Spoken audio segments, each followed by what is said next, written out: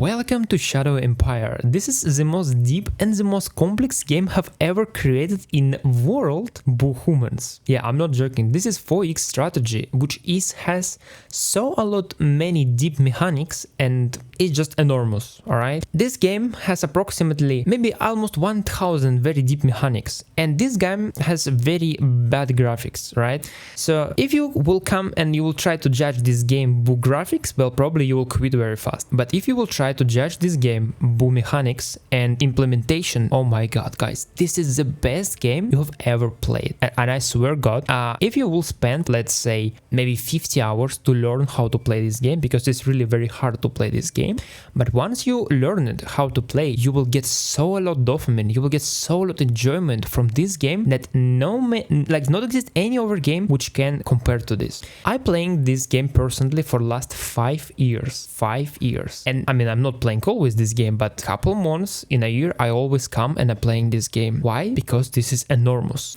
So alright, so if you trust me, because I have some YouTube channel and I have very lot of videos in past, so you must trust me, right? I have reputation. So I'm guarantee you with my reputation that 100% you will not regret to watching this video. You will not regret to playing this game yourself. And if you will invest 50 hours or 100 hours to learn how to play this game, it will be the most happy moments in your gaming life, alright? Because let me clarify, this game don't have super realistic mechanics, right? But this game have so lot mechanics that they create games so deeply customizable and so interesting that when you play in this game you really feel incredible immersion. Despite this game have very bad graphics, you have unbelievable immersion. So let me just show you. First of all, we need to create a planet, right? So you could create a Siva class planet, which is as Earth, or you could create a lava planet, or you could create even an ice planet if you want, or you could just create desert planet without atmosphere even. So alright, let's try to create Earth. And after they give you many additional options, like about alien life, about that your planet was calm, or that your planet is Robin Cruise, and meaning that not exist any other major regimes which is fighting against you, so you have very little competition. And here we see very a lot of different settings, which not telling you probably nothing about this, and we're just clicking continue, and babam, yes, babam, especially babam, I don't know how to say this in English, but babam. Because this is babam. What you see is babam.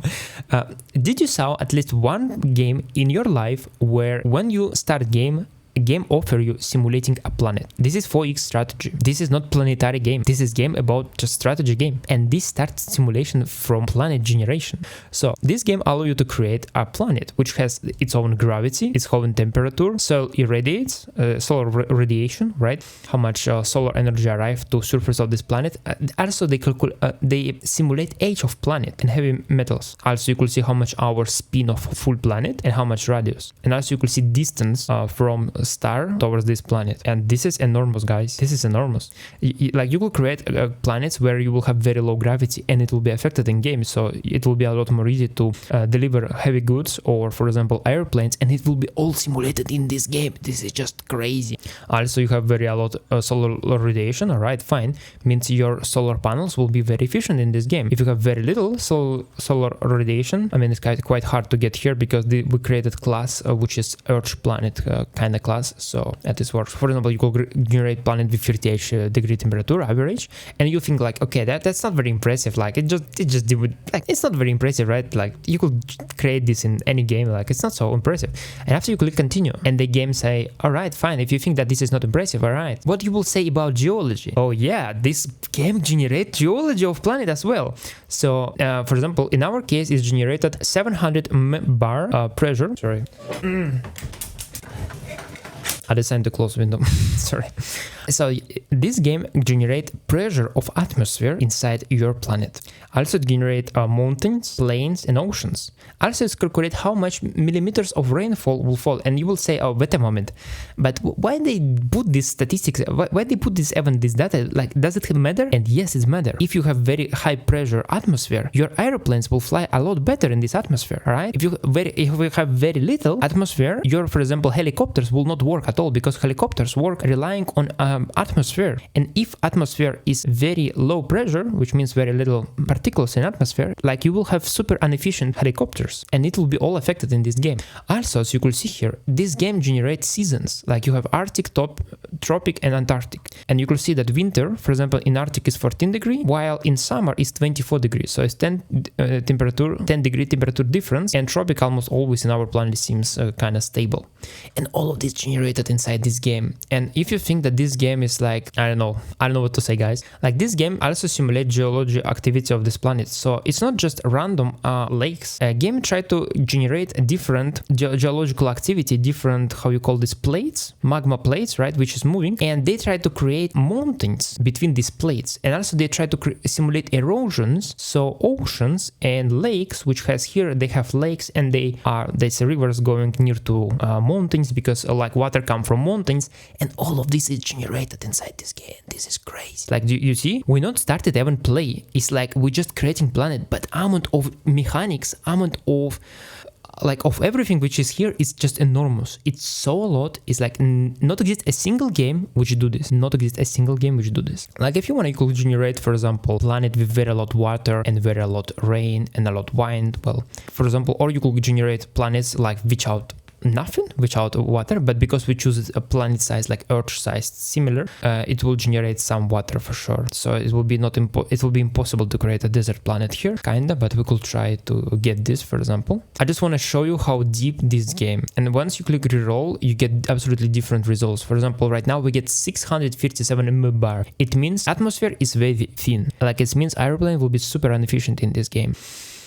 And well, what I could say to you more, like 7% of oceans, like you could see that we have very little in reality water on this planet, and I think it's kind of a little. Okay, let's click continue, right?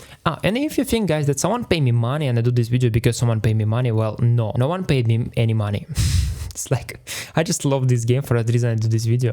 Alright, now we generate Biosphere. So this game literally generate Biosphere. 2,700 million years ago, planet started process of abiogenesis. So this planet start to develop different like life, cellular organism, bacteria, amoeba, and others. And all of this is generated inside this game. Also, they generated creatures. So creatures which will be in this game, they are affected by amount of oxygen, amount of CO2 in atmosphere, for how long evolution passed, like, and many other things.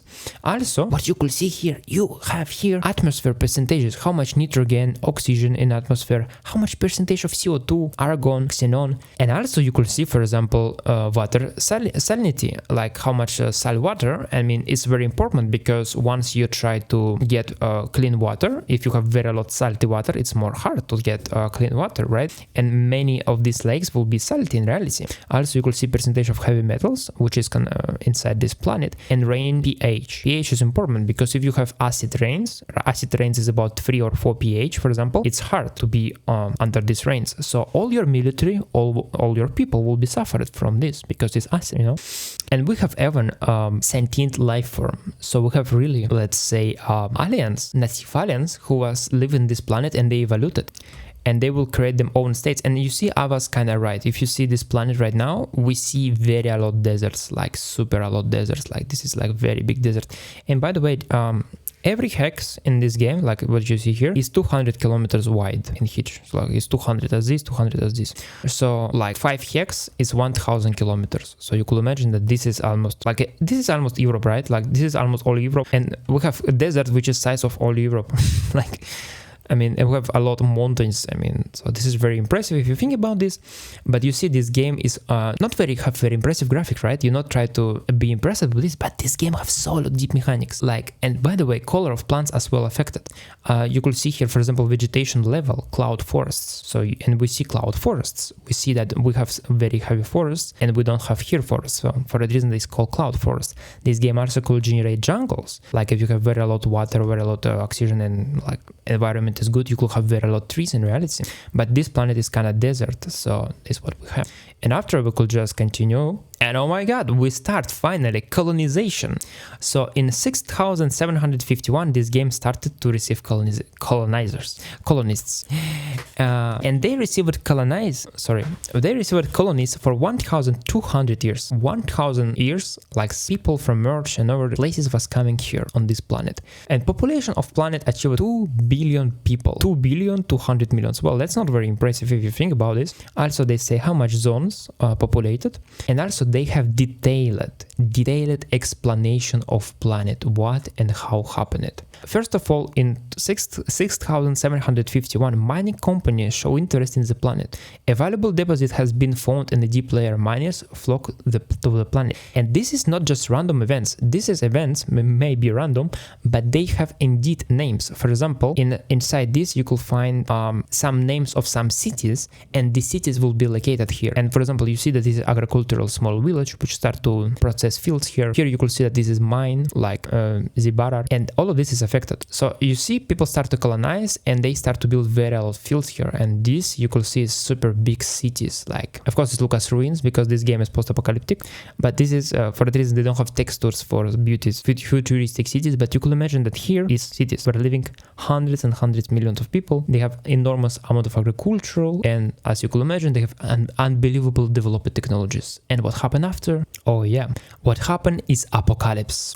The dissolution war reached Xionis Tyrannus, as like the name of our planet, in 8004. War consumed all. Technology fell to barbaric levels in over a century of warfare and collapse. Only who survived on this planet is 4,800,000 people. So could you imagine, from 2 billion population, we lost almost everyone. Only 4 million people survived, and this is crazy. Like 93% is scavengers, sorry. Hunters is 0%, well, that's fine. Kind of desert planet. Raiders is 1% and farmers is 6%. And all of this is also simulated by how big population of planet was, what they was doing. And you could reroll this if you not like consequences, and it will be different survivals left. And you have as well events which happened here. For example, local reformist forces tried to storm parliamentary senate. Or for example, unknown and extremely vulnerable disease wipe out a solo. And once you will play this game, all of this will be affected. Like you, for example, if one city uses nuclear weapon and destroy other city, you will have radiation in this place. All right. And what we have here is absolutely destroyed world on ruins of super developed civilizations. And our goal in this game is try to restore civilization, restore humanity, because the dissolution war was so unbelievable that they was killing each other for 210 years in a row. Like imagine 210 years in a row people was killing each other without stop on this planet. So they destroyed absolutely all their technologies. They lost almost everything. So now you have super barbaric, super primitive technologies, which is still, they have guns, they have fire, but this is incredibly super primitive compared to this galactic civilization which we had before. You see, this game is very deep roleplay game. So you don't have beauty graphics, right? But what you have incredibly deep and incredibly unbelievable amount of mechanics. And this is just start of the game. We're not started even to play. And to be honest, I don't like what I generated here, this planet. I already generated one game before, and I generated for me and for you a little different planet because it generate took a lot of time. So our planet has gravity the same as Earth almost, temperature 17 degrees, solar radiation similar to Earth, planet age a little younger than Earth. Like I wanted to generate planet which would be very similar to Earth, but at the same time I wanted to play oceans, because oceans is kind of hard in this game, how they manage this. So we are playing a game where we have very little oceans, only 10%. So this game will be mostly, you can imagine, battles of infantry, of artillery, tanks, and etc. So we have atmosphere comparable to Earth, which means airplanes will work the same as on Earth. Also, Biosphere, we have here couple aliens. And natural also nature. Colonization was 1.5 billion population, and once happened apocalypse, we lost almost everyone. Only 3.4 million people survived, mostly scavengers, hunters, raiders, and farmers. And our planet overview is this. Like we have approximately 6 major regimes, which is playing the same rules as we playing. It means, and when I say we're playing same rules, and as well because right now everyone sleep in my house, I will try to not speak loud for not wake up no one. So if you're not fan of ASMR, I'm sorry, but I'm usually busy with my things in day. For that reason, I come to play in night. So I hope you understand this, guys. So I try to really recreate a planet which will be very similar on Earth and everything what I can find with some aliens. So as you learned, what happened apocalypse and we lost majority of population, and you could see some cities here has incredible amount of agriculture, like it's post-apocalyptic societies which survived, probably farmers, and they try to live. And as you could see here, for example, some cities completely destroyed, like this is ruins of ancient cities. And our planet don't have deserts almost. Like our planet, if you see here, it's mostly a green planet with incredible amount of land, which is green. And for some reason, I don't know how, but we finish it in a desert. In this super green planet, we find a desert, like it's plains rocky. And yeah, this is our city, Hexafolds. I decided to call ourselves Empire, and you could see, for example, once I start game, it's say like previous president is buried, ashes to ashes, dust to dust, and now it's your time to lead your state to victory, right? And we are officially president of the second empire, because everyone know when it was formed first empire and this is second empire.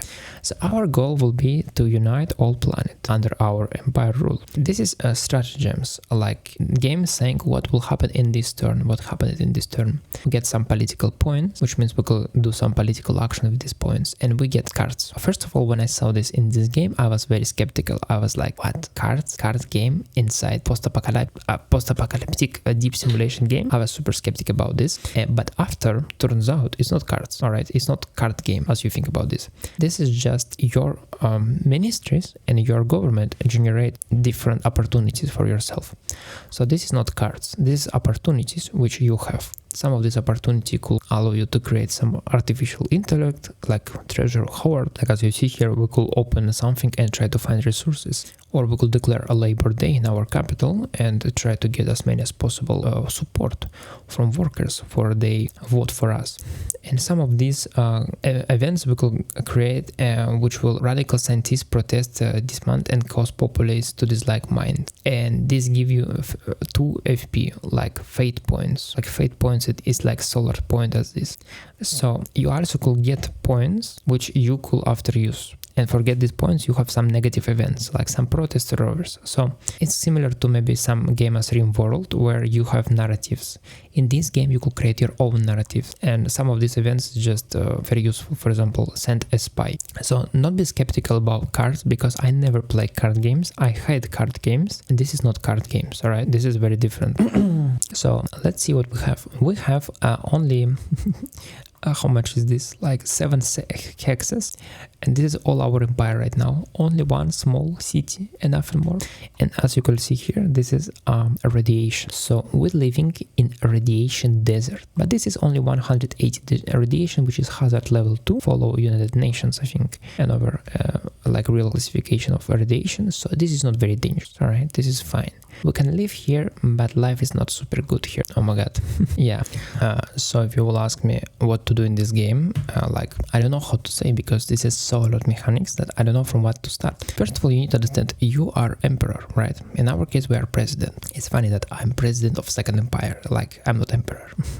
And this is our logo, like some bird. So from what to start, right? We need to conquer planet, and this is our territory which we control now. So obviously we want to just expand our territories. What we have here, we have some machine guns people like MG Milita, as you can see picture here.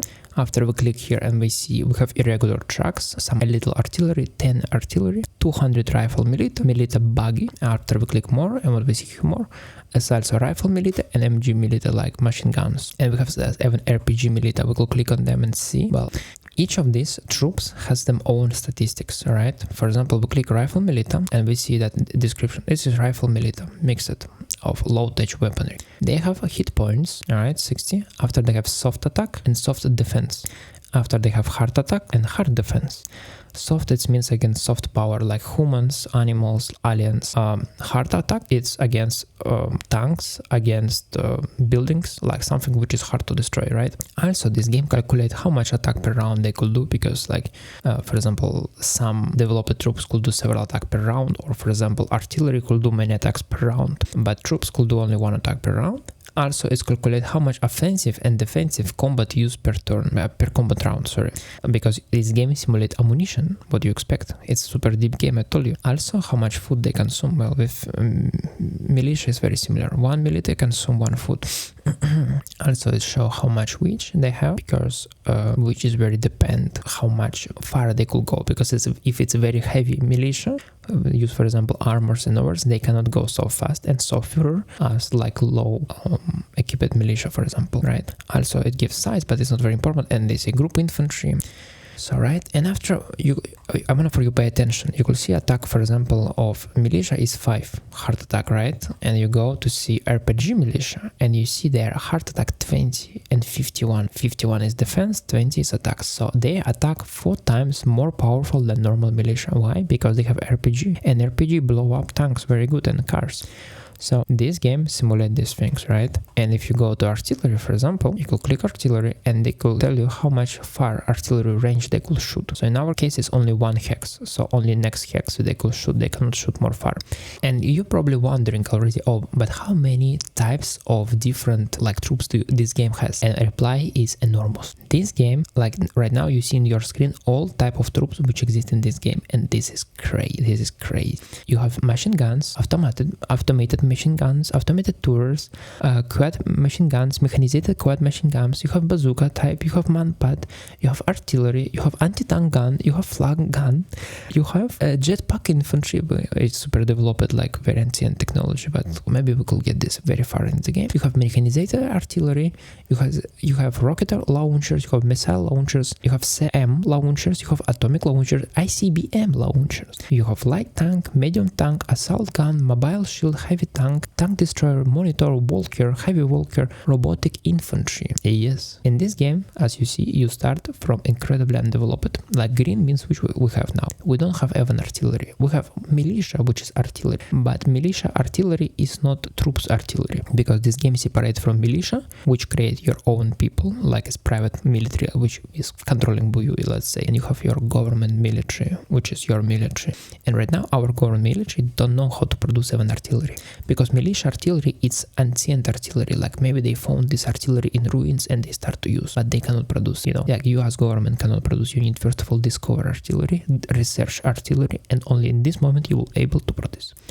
So you see, you will start from very low stage, and it will be 20th century, or now it will be even 19th century war. After it will be 20th century war, 21st century war, 22nd century war, and it will be even robotic infantry. Like you will have artificial intellect robots who will walking and killing everyone, like Terminator, literally. So this game is incredibly super deep, despite very bad graphics which you see. For that reason, I promise you, if you watch this video, you will play this video, like if you will play this game yourself, you will need to learn maybe 50 hours, but once you learn, it will be so enormous enjoy for you that you probably will never stop to play this game, because it's what happened with me. So we need just conquer more hexes, right? So let's see this. We have here someone, but this is blurred. Why is blurred? Because we don't have recon. We don't know who is there. One of the reasons how we could get recon, we could put our troops near, and we see that our recon a little improved. The most efficient recon, as you could imagine, is just attack someone. But I don't want to do this because in this attack screen they say 1 chance that I will win to 3.8 chance that I will lose. So we will lose this battle if I send this. So I bet it's better not do this.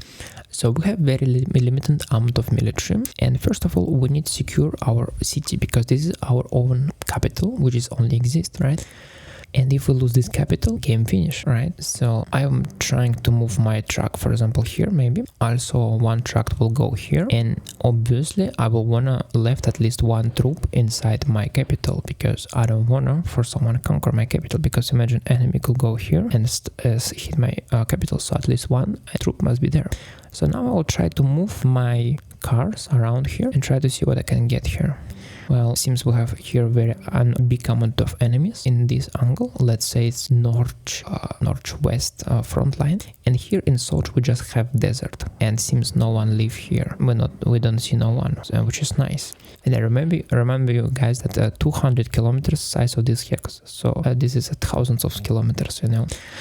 But still, because our enemy, like neutral forces, are very close to us. Neutral forces, it means we don't know, or non-aligned forces. resources. It means these people don't have any regime. It could be raiders, it could be nomads, it could be just some survivors, some scavengers, sorry. They don't have any state. For example, if we click here, it shows us that this is timber bond. This is minor regime. We don't know what minor regime is this, but it's some minor regime. It could be, for example, aliens. It could be some humans, farmers, or it could be raiders. It could be cannibals. It could be anyone, you know? You don't know who you could meet because we don't have any recon there. First, what we need to do, we need to send spy there, and spy will tell us who is there. And you see, I used the opportunity to send spy, and my Supreme Command and Council, this guy, he's my director of Supreme Command, he sent a spy and say critical success. We managed to infiltrate the double number of spies initially planned into Ekchave, sorry, like this is name Echo Valley. Sorry, I'm very bad at English sometimes. So now we send spies in these territories. So next turn, probably we will get data who is here. And in app we have also decision where emperor, right? In our case we're president of empire, so we need to do our things. The bus of the street that you are under the nation, for the most people and leaders, the second empire, you are still unknown, like no one knows. We need to know what your plan to do with new gainly power. The question everyone leaves is who will lose out with your new policies. Okay, so point is that we need to say something to our people. We could say economy is secondary, rule of law is paramount, which will give us enforcement. Also we could say private economy is our goal, which will give us commerce, and as you could see, +3, +4, +2, it's saying how much we will improve relationship with some people in our government. For example, this guy, he is our advisor, and if we will do this, we will improve relationship. And this guy, he is our commander of our troops, all our militia, all our resources, like he commands everything. He is our logistic commander, let's say this. So once we choose any of these decisions, it affects our government. We could click here in left and you could see we have regime statistics. Regime characteristics separate in 3 categories. First category is politics, second category is society, and third category is psychology. So depend on which category you will have different bonuses and different downsides of this. And all of this is located here. So if you have, for example, a very high mind, let's say this, you will get such bonuses, for example, as a research bonus plus 50%, for example, or cultural adjustment bonus 60%, or for example, if you want to create private economy, wonderful, you will get immediately private economy bonus. So your private companies and your private people who live in your country, they will develop private economy and you will get bonus because you will develop commerce. If you don't want this, you could do enforcement. For example, you could get tax bonus plus 50%. So instead of stimulate economy, you could just tax this more, which has consequences because, I mean, and this is all simulated inside this game. So as you see, some additional decisions, they call it stratagem. It's not cards, I remind you, it's just decisions which generated by your councils and your ministry. Some additional stratagems become available as you progress in commerce, government, or anything, but your decisions affect this. For that reason, it's hard to maintain some balance. Also, you need to decide here some arrow. For example, commerce suppress government. If you have very high commerce, commerce will suppress government, and government suppress enforcement, and enforcement suppress commerce. So this is circle, and this is the same circle here. For example, you have meritocracy, which I choose it because I believe in meritocracy. And meritocracy suppress democracy, and democracy suppress autocracy. So for example, if you have very high meritocracy, you maybe sometimes want to just have high democracy, for democracy suppress autocracy, because if you have high autocracy, your high meritocracy, your high meritocracy will be destroyed by high autocracy. For that reason, it's necessary to maintain like kind of mini game. And this is about your militia, how much your militia support you. It's just linear number from 0 to 100. As you see here, I choose the path. I decided to choose mind because mind will give us research bonuses in our game. And we could say that we want to build a second empire. So how to build empire? We need to restore technology. We cannot build empire without technology. So we need to restore it. Also, I choose it to build society commercial, like let's say capitalistic society. Why we want to build capitalistic society? Because we are in absolutely ruins, right? We completely in, I don't know how to say this, in garbage, I don't know. We have absolutely nothing, and we have very little people. For example, you can see here a population of our city right now, 49,000 people. We have only 49,000 people. So you could think about this, that it's very little population, but more sad than this is that we don't have any job. For example, you could click, like this game separate workers from population. Workers is public workers, and population is your population, which is not public workers, but it's not important for population, for populace statistic. Populace statistic is combined workers and population. Population is your private economy, and workers is your public economy, like government workers. And as you see, we have 1.400 workers only, for 1.400,000 workers and 48,000 population. And we have private jobs 44,000. Oh, by the way, it's very good. We have very nice economy, in meaning that we have very big amount of workers. So maybe we don't need to develop private economy, but I have planned to unite planet, right? And how you could unite planet? The best way how you could unite planet is by commercial relationships, right? Trade with other countries, sell resources to them, and that's what we want to do. That's where we will be focused on development of this thing. For that reason, I choose commerce. And meritocracy, I choose it for a very simple reason. In this game, meritocracy means your leaders will be capable, like your ministries, your, let's say, military generals who will command your troops. They all will increase their skills a lot better, and a lot more chances that you will able to hire some very competent person. For example, if you go to decisions, you could see here, for example, we can get stratagem recruit talent, which means we will be able to recruit new people who is very talented. Not exist in autocracy or democracy. This is not exist. For that reason, I will not explain you all the difference between this, because this is not tutorial about a game. This is just video about the game itself. So you will see how we'll play meritocracy, we'll try to play commerce and mind. So technology, capitalism, and competence, that will be our goals. So as I mentioned already before, we have 49,000 population here, and we could see how much they love us. Happiness, 81% happiness, maximum is 100%, and also worker happiness 60, and you could see reasons why it's increased or diminished. For example, you will see happiness diminished because of danger, they say here. And this has happened because we have non-allied forces very close to our borders right now, which is really dangerous. So people very scary. They don't believe in the future. They say like, oh, these people will come and will kill us very soon. So please, government, do something. And we need to do something about this.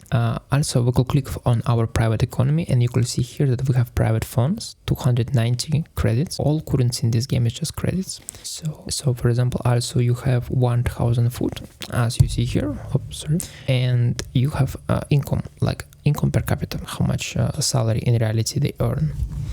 And also it's very connected with your workers. Like for example, if your workers has a salary more small than income of your population, your private sector will suck your workers. Like your workers will left you and they will go work in private sector, which is very realistic. It's like, so this game simulates salaries, simulate economy, and you will see private economy. You will see how much earnings they have. For example, last earning was 300 credits earnings and 156 credit spendings. They get this money from private asset income, like it's probably agricultural assets.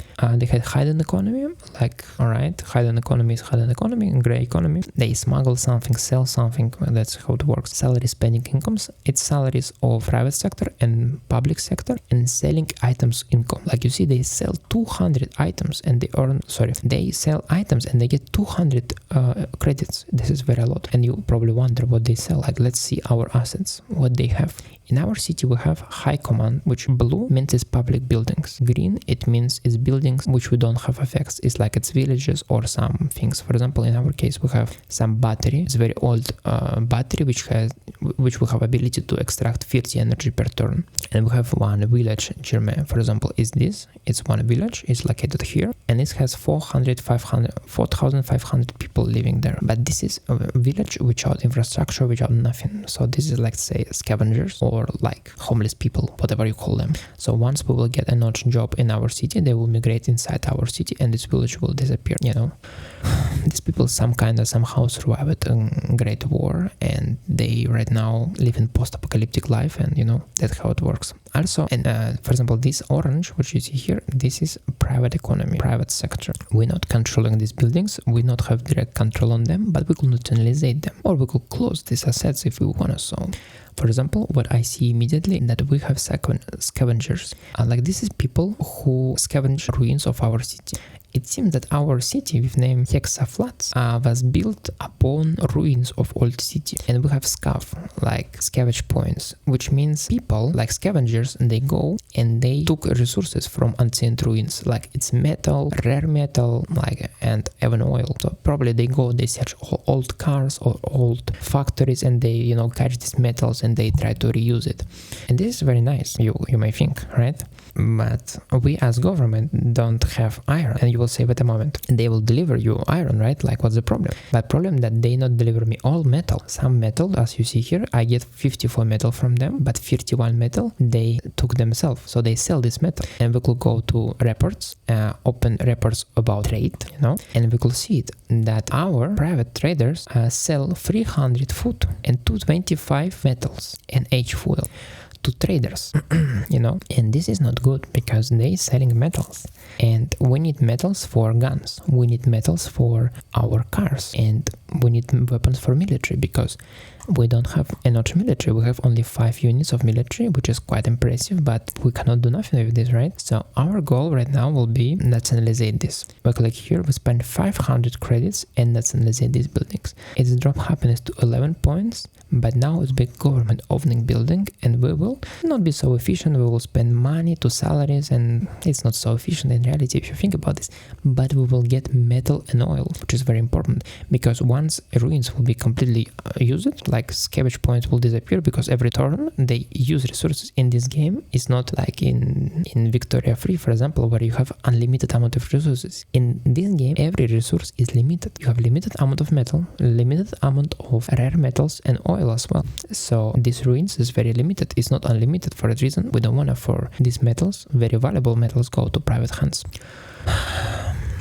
So let's think about this, what we can do. Yeah, we need to check our decision. So about our speech, I will say I wanna commerce, and now we promise that we will develop commerce to our people, and they have a lot of text which you could read for a role play. And our secretary Simon come to us and say, oh, wait a moment, we need to create some council because we don't have any council right now, and we need council for develop military or economical technology, for example, develop factories, develop roads, or we could create secret service or anything. In this case scenario, I believe we can try to I don't know what to create, to be honest. I really don't know what to create for a very simple reason, because I don't know who is these people. If these people are farmers or something like this, I don't know. I don't have any clue. And as you can see here, Emonis territory is here and Tiberbond territory is here. So this is two different territories, which I don't know what is this in reality. So we could try to choose path of peace or path of war, right? We could try to negotiate with these people, and maybe we could integrate them into our empire, offer them unite.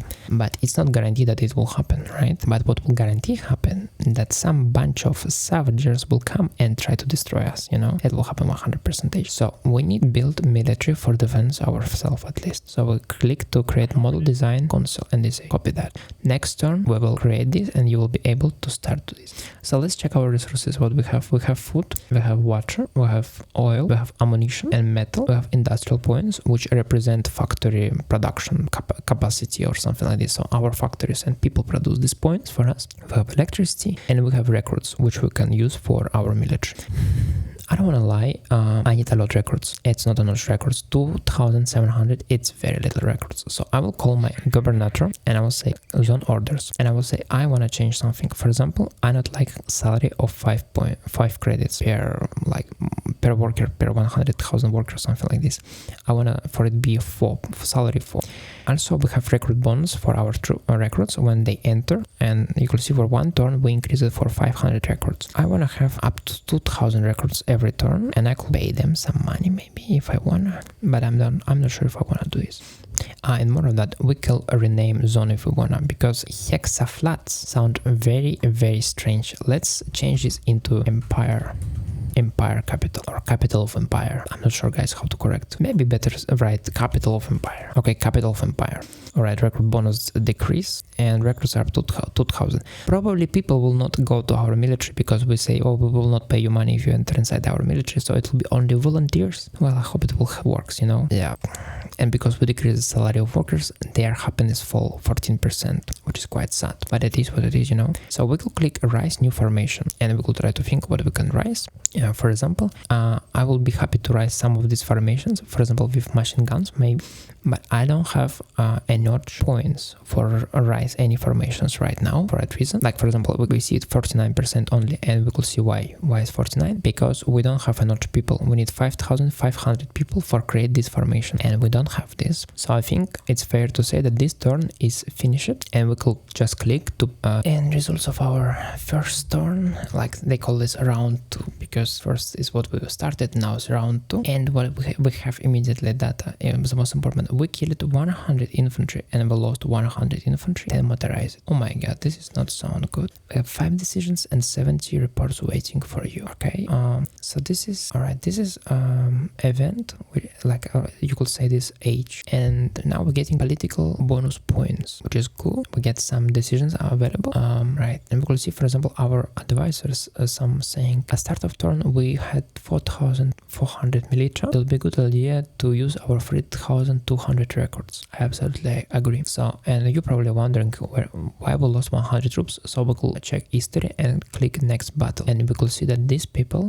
it was some probably raiders, right? They decided to attack us and kill 100 raiders, and they did not kill nothing of us. And after, here's other raiders, and they already killed. As you can see, they had military buggy and military biker, and they had even irregular tank. Oh my god, unbelievable. So could you imagine, we have raiders who have tanks, we have crazy raiders with tanks. Oh my god, this is hard. This is very hard thing. So they destroyed our troops, and our troops ran away, flee from Sten. For that reason they finished it here. All right, so we have we was right, these people is farmers. All right, so technically we can maybe try to negotiate with them and make some agreements. They have population of 50,000 people, which is very impressive. And as well, we also saw here some over regimes, so probably will be a very smart idea if we send here spies as well. Okay, but we failed. It's happening because we had very low skill. So we tried to send spy and we was not able to send spy in this territory. So what we don't know what is here, but it's very impressive. It's one big city with 50,000 population, so it's kind of similar to us. But this is minor regime, which means they are not very developed. They will not try to conquer planet and compete us or place under sun, you know.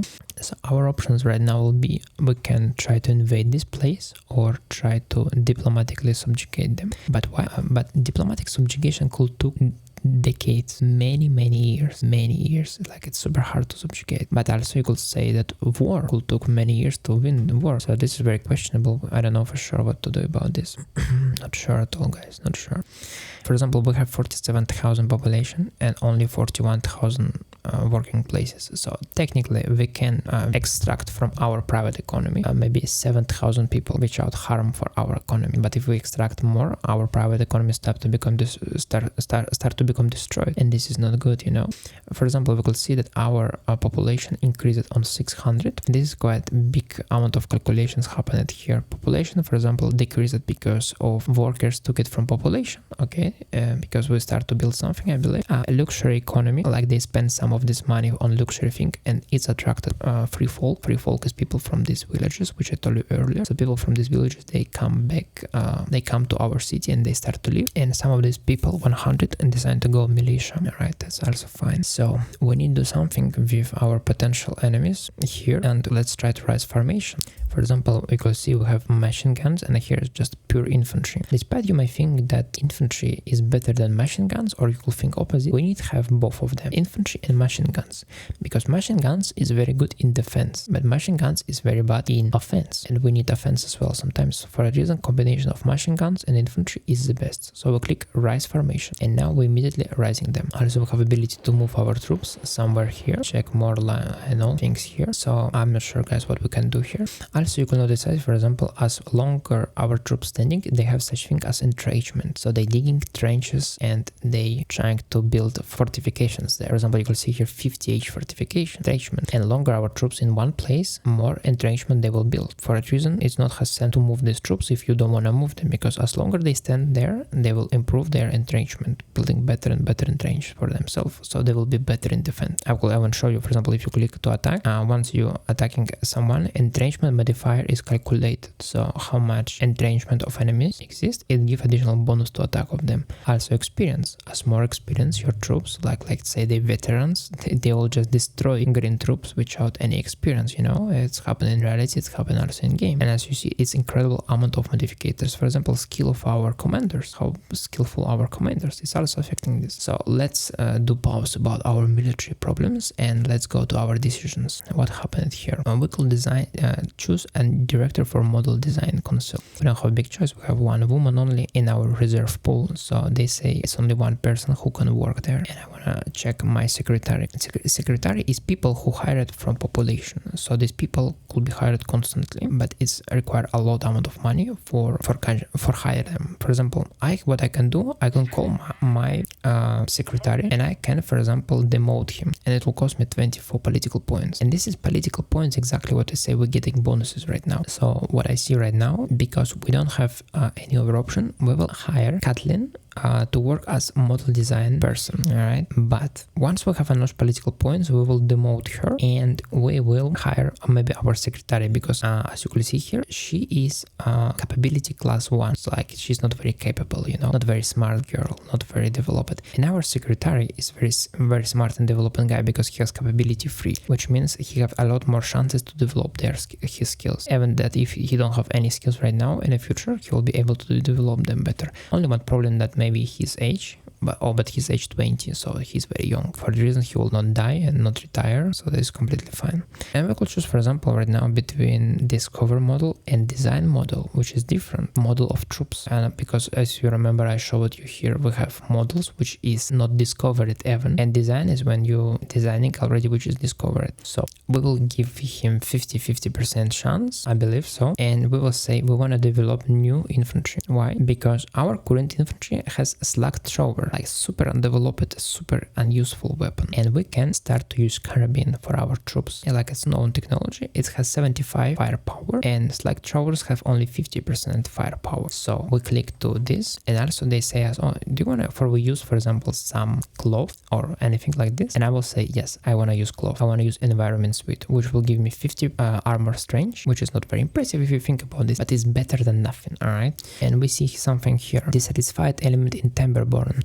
Okay, we have one guy who's saying that if we give him money, he will organize rebellion inside Timberborn. Oh my god, rebellion, really? He asking 250 credits. But first of all, who say well, they say something like it will be coordinated attack, like we can invade this regime, and at the same time he will try to organize rebellion inside this regime. So that will be very interesting. We have opportunity, you see guys, maybe we can give money to this guy who will try to start rebellion inside their regime, and after we will send our just military and we will conquer this city. Well, that sounds interesting. Only one problem I have, we need 250 credits is money what he asking. We have only 52 credits right now, so let's see if we can earn some money. We could sell, let's say, all oil and we get some 90 credits. Now we have 142 credits, and we could try to get some money. We could sell water, for example. Yeah, 655 water for 200 credits. Because we live in desert, our population need water because they don't have enough. And we have water because we have some green tiles here. For example, look at this is green tiles, and rain falling here sometimes, so we can potentially catch water here. And after we sell inside our city to our own population, probably they will also sell water for themselves in the future, so this will not be a reliable source of income, but at least this we get some money. Wonderful. So we pay him money. That's nice. And they say we need national budget allocation, like let's allocate budget. Well, this is a good question. I don't know how to allocate this even better, like because we have now model design council which will develop new type of troops, and we have supreme command council which is generated like everything right now for us, and it's our main council. I don't think I will change anything, like 50% for model design and 60 for supreme council. It's fine. As you see, our troops cannot be moved in this turn because they only appeared, so we need to wait one turn more for have ability to move them. Also, as you see here, we created infantry brigade, so it is not only one troop, it's 5 different troops, and also it have headquarter, or like say one unit where is 500 troops should be, and there is their commander, so their commander will be in fields as well with them, and if you're not careful you will lose them because they could kill them if they attack you. So we need to be careful with these units, and next turn we will use them. But still, only one thing which is really annoying me is amount of records. We get 500 records. It's super small. It's nothing. So I will call my governor and I will say him, guy, I'm very sorry, but we need to pay money to people for they enter our military. Like, it's just, we need military. We cannot do this without. So I will put back a records sync up bonus. So once they agree to go our records, they enter. That's it. That's so simple. I hope this bonus of 10 credits will help, but I'm not sure about it. By the way, if you look at our empire screen, you could notice that we have income tax and sale tax. Sale tax paid to sellers or population where they buy or sell something. Income tax paying from salaries. Right now we have opportunity to increase income tax, which is incredibly harsh. Yes.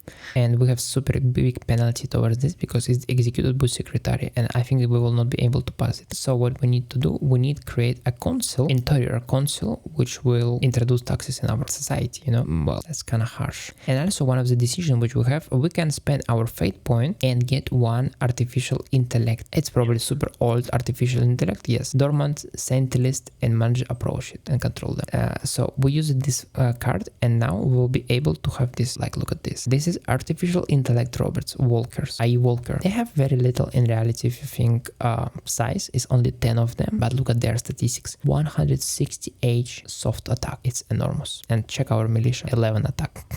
So these robots, despite it's a little of them, they have super powerful attack. So if we use them careful, I think they can destroy enemies. But we need to also be careful, because if we lose them, if enemies somehow destroy them, we will not be able to recover them never, because it's thing which happened before Great War, and we used fate point, which is hard to get, you know. Fate point, I don't know how to describe this. Is like, it's faith, you know, ultra powerful points, let's say this. Yeah, I think our turn can be finished right now completely fine. Cannot offer nothing else, guys. Okay, round 3, and we have good news, guys. We killed 200 infantry and we not lost no one. This is unbelievable good. And let me check how it's going on. We click history and we check. Alright, they tried to attack us again, and they used only military, like militia, and for a reason they lost 200, while we not lost no one. That's good job, guys, very good job. I'm very happy about this, I must say. So maybe we can try to go attack our enemies, potentially. So best way how we can attack someone is encirclement, right? We need encircle our enemy, and after we can do it. So we send our military here, and one military we send here, and next turn we'll be able to cut our enemy here, and I hope it will be sufficient for cut any supply towards them, because your troops, as you can imagine, this game consume food, ammo. If they consume energy or oil, or like tanks, for example, it will be also here, and it's delivered with supply lines. For example, let me click number 6.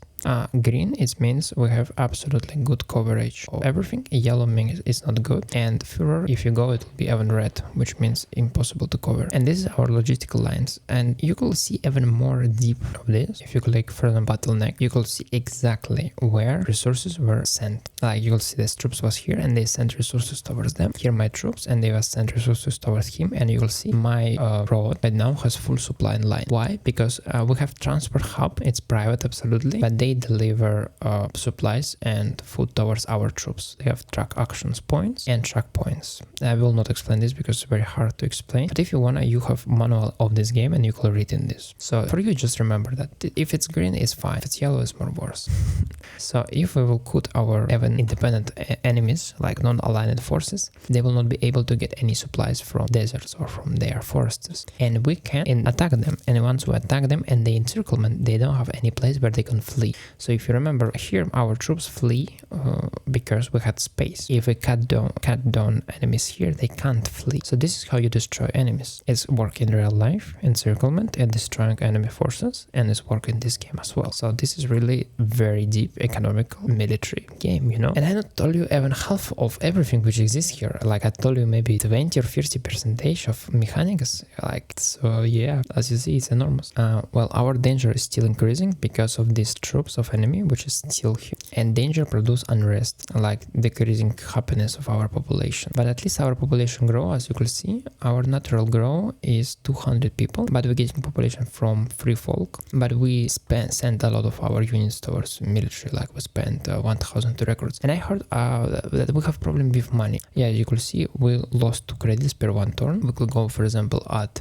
treasure cash flow report, and let's see where our money goes. And we could see that a work worker salary we spent 11 credits, and also we can see that our directors spend 6 credits, advisors 4 credits. In total it's 15 credits for our government, which is insane. And I think we also pay money to our recruits. Yes, we pay 11 credits to our 1000 recruits, which is quite a lot. And we get money, as you see here, from service tax and from income tax, 20%. And so in total we had 35 credits of revenue and 37 credit in expenses. Okay, so we have now minor workers strike in the capital of empire, and like these people just crazy. We are fighting for survival, guys. We are literally encircled by enemies everywhere, and you decide to protest, do strike. I mean, I could use my military forces to crush them, but does we want to build a dictatorship? I mean, probably not. And does we want to ignore protests? Probably not. So right, I will give them money. 26 credits I will spend, and I will give them money. And now it's time when we can new commander for first command, like brigade of infantry, because this is now our official like professional military, which is very young, very small, but this is our professional military. And as I told you before, they could hire a general like commander which will command them, and he will get bonuses towards these troops. But right now I don't see any opportunity to hire no one here, to be honest. Maybe I can hire only one junior, and maybe it will be sufficient. So let's like just hire junior, like super low skill guy. Yeah. Oh my god, look at this. He has capability class 4. It's unbelievable. It's super class. Only one problem that he don't like meritocracy, and I like this, but he like commerce and mind, which is kind of nice. You know what we do? We don't want to use this guy. This guy is super smart for be in military. No. This guy will work in model design. So what I'm gonna do, I will relieve this girl from job. I will say I will give you over job. Our relationship decreases in 27%, and I will send her towards military, because you know she's capability 1. Like she's absolutely unuseful. Like, come on, if you die, no one will feel sad about this, you know.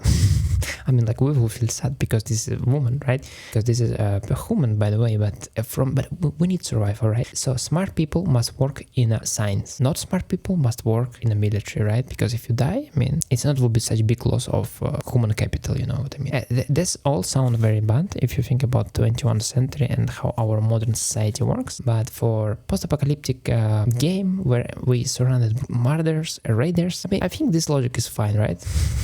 Alright, so I could send some of my military there, and I'm thinking where I could send more. Maybe I could put them here. So for instance, it will be successful next turn. I hope it will works. We have 1000 troops, which we can give them weapon and send towards front lines. So I could see in replacement troops tab, we have 2300 people. Like we don't have like we need 2300 people. So now we just click and we click to create. We spend only 11 metal and 11 industrial points, which is completely fine. Alright, nice. And yes, we don't have any records anymore. And as you can see here, for example, our population want to build light industry. Like they want to build factories and produce probably on them like some furniture or some maybe metal things like spoons. It will be light industry, but this light industry will anyway give some of this contribution towards our government industrial points. So developing private economy is really good thing, and it's really nice that it's developing. It will slowly develop, but whatever. For example, you can see here that we have Dome Farm, which is agricultural farms, in which work 39,000 people work on this, which is crazy amount of people. But this is where is our majority of private sector works. Almost everyone work in this farm. They produce 900 food, and 100 food they send to government, right? And majority of this food they probably sell because they don't sell a lot of people anyway. So this is our private economy, and our public economy is just our workers work on recycling facility and nothing more. What is important to understand that our political points is also depends on buildings, because for example, high command building produce political points, as you can see here, for example, 25 political points. So if we want to get more political points, we need to improve our building, and we can do it. We can click construct, select government and click, and they say for construct this we need for 4 rounds 1100 people work it and spend 100 metal and 50 industrial points, and we need to do this 4 rounds in a row, which is a lot, you know? But it will benefit us significant. It will give additional bureaucracy points 40 and 100 political bonus points. Right now we're getting only 25 and we will get 100, so you could imagine it's 4 times increase in points, which is enormous. But only one problem, that it will consume energy. And does you see guys any energy here? No, we don't have any energy. Only what we have is 50 energy from one button, nothing more. So, and maximum what we can do is scavenging furnace. So we can, for example, scavenge ruins, find some wood there and try to burn this wood, right? Which will be not very efficient. And only second option which we have is try to go some forests here and try to to burn these forests and use electricity from forests. But forests is far from us. I don't see that they are near, like they here or there, but it's quite far if you think from capital. So we'll have a huge shortage of electricity for sure. It's not sound good, guys. Sound good. But does we have any other option better? I don't think so. So maybe we can try to construct high command. All right, start construction. It will cost very lot of resources for us, and after we will run out of electricity, but I don't have any other option which is better, you know. And if you want to develop like electricity and technology, like that's what you have. You have technologies. You can build power plant, university, solar energy, hospital. Like this is like all technology which exists in the game. And for example, letter like E and C is like these letters means, or E and C means economical council. M and I means military council. So different councils will research different technologies. And as far as you remember, we have only model council. And model council do not research technology. Model council only research new troops, type of troops, and improve them. Like they create units which using military technology, but for develop this technology we need additional military councils. Yeah, everything look not very good, guys. I must say, not very good for sure. So yeah, I don't know how we could survive, but let's try. Oh my god, guys, I not pay attention to this, but look at how big these villages of these non-aligned forces is, like unbelievable. Just look, I put out troops and we have several villages. We have Fersi village and Lovelock village. Percy village has 27,000 people and Lovelock village has 15.8 thousand people. Sorry. And we have one Bezaka village which has 4,000. So if all of this village combined, it will be almost the same amount of people as live in our capital. So and we don't need to capture a lot territory. Like look at this, we need just capture this. All of this we capture and we double our population. That's unbelievable. So it's not so bad. We can get people, and once we get these people, we can try to use these people for conquer over places. Maybe, I'm not sure, but I will think about it. And we killed 500 infantry in round number 4. And by the way, this rounds has real year. So we could see right now is 8,225 year of Urge, and also have local year, science colonization, I think, or science of Great War. I don't know how they calculate this exactly. Local year 183 AA. Don't know what this means.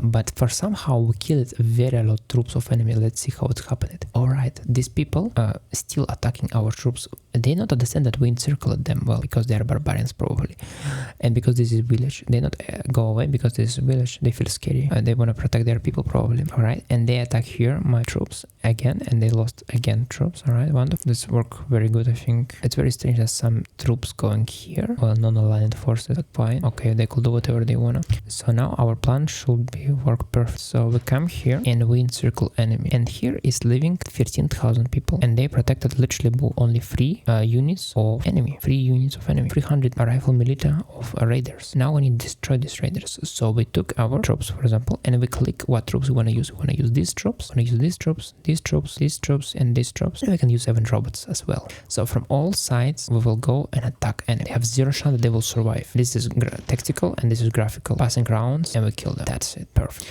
We kill like 600 of them. Probably they start to try to retreat and they cannot retreat and not exist any place, and we killed all of them. And we have 0 casualties. Only retreat a little, but no one dead. That's wonderful. And congratulations, guys. We conquered 1 village.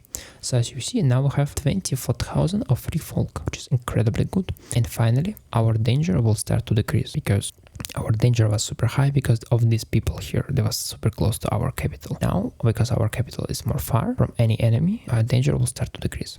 So our tactics works incredibly good. And now we need to repeat this strategy, but with these people, because they have here 27,000 population village. So we need to send all our troops here and encircle enemy as well.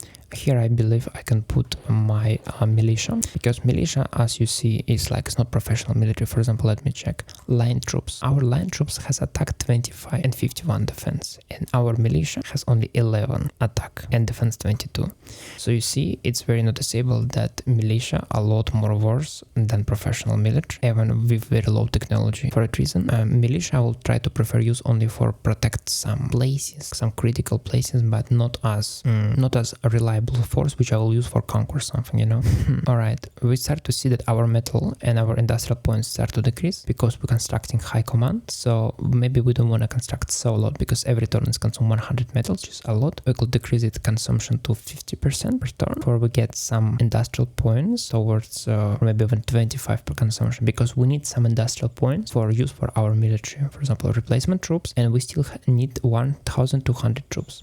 Yeah, maybe you don't understand what I'm doing exactly, because once I construct these troops, they will be sent from these logistical lines toward our enemy. For example, you could see our enemy, our troops, for example, we could see here that have about 8 people there, and in some places you could see number 7, and this means how much battalions we have here, or like groups of people. Each number represents 100 people. So you see, number 7 means 500 troops and 200 machine guns. So in total is 700 people, and here is only 600 people. So, and once we created our replacement troops, they will be sent from our capital towards our troops through roads in trucks which exist here and produce track points. I hope you understand how it works. It's pretty logical, nothing special, like very realistic mechanics. But also we have some decisions. Let me check what diplomatic decisions. Timberborns demands resolution of relationships. We will be friends, we will be enemies. Well, we promised that we will attack them, right? We promised that we will attack them. I don't think we will be friends with you guys. With all respect towards you, Timberborn, we will be enemies because it's very rough world and we are second empire and you very close to us, you know.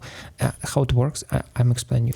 If they will be super far from us, let's say in end of this desert somewhere here, I could, for example, spend 10 years of real gameplay in this game, because I think every round in this game is about half month or something like this, or 1 month, I'm not remember. No, I think every round in this game is about 3 months or 1 month. I think 3 months, yeah, whatever. So I could spend many years try to convince some people enter inside my empire if they're far from me, because I cannot send troops there because it's very expensive logistical operation start war. But these people, they literally in, like, we have a road from my capital connected to their capital. I think it's a road going here. So how I look at this situation, it's pointless to be friends with them. We need to go at war with them. Once we're done with these free folk villages of raiders and we'll incorporate them inside our capital, we can go to war with them. And as you see, our population growing like 51,000 already. And many of the one of the reasons why it's growing, because free folk people migrate towards our capital. From these small villages, they migrate towards our capital. For that reason, population is growing. So we will not be friends, we will be enemies. Yep. And our Nick,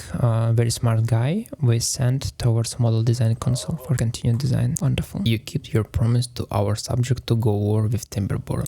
Well, I promised to some separatists go to war, and this happened. All right, fine. We discovered some machinery is represented as something as engines, transmissions, like something like this. Important things for build economy, or for example, high-tech technology. For example, once you construct airplanes, you need machinery as well. So they found machinery, which is very nice. Have some stratagems, which is not very interesting, but what is interesting is offer protection. Like we will offer protection to some people, and if we will have not declare war, maybe we had ability to offer protection to these people, but we already have war, so it is what it is, you know.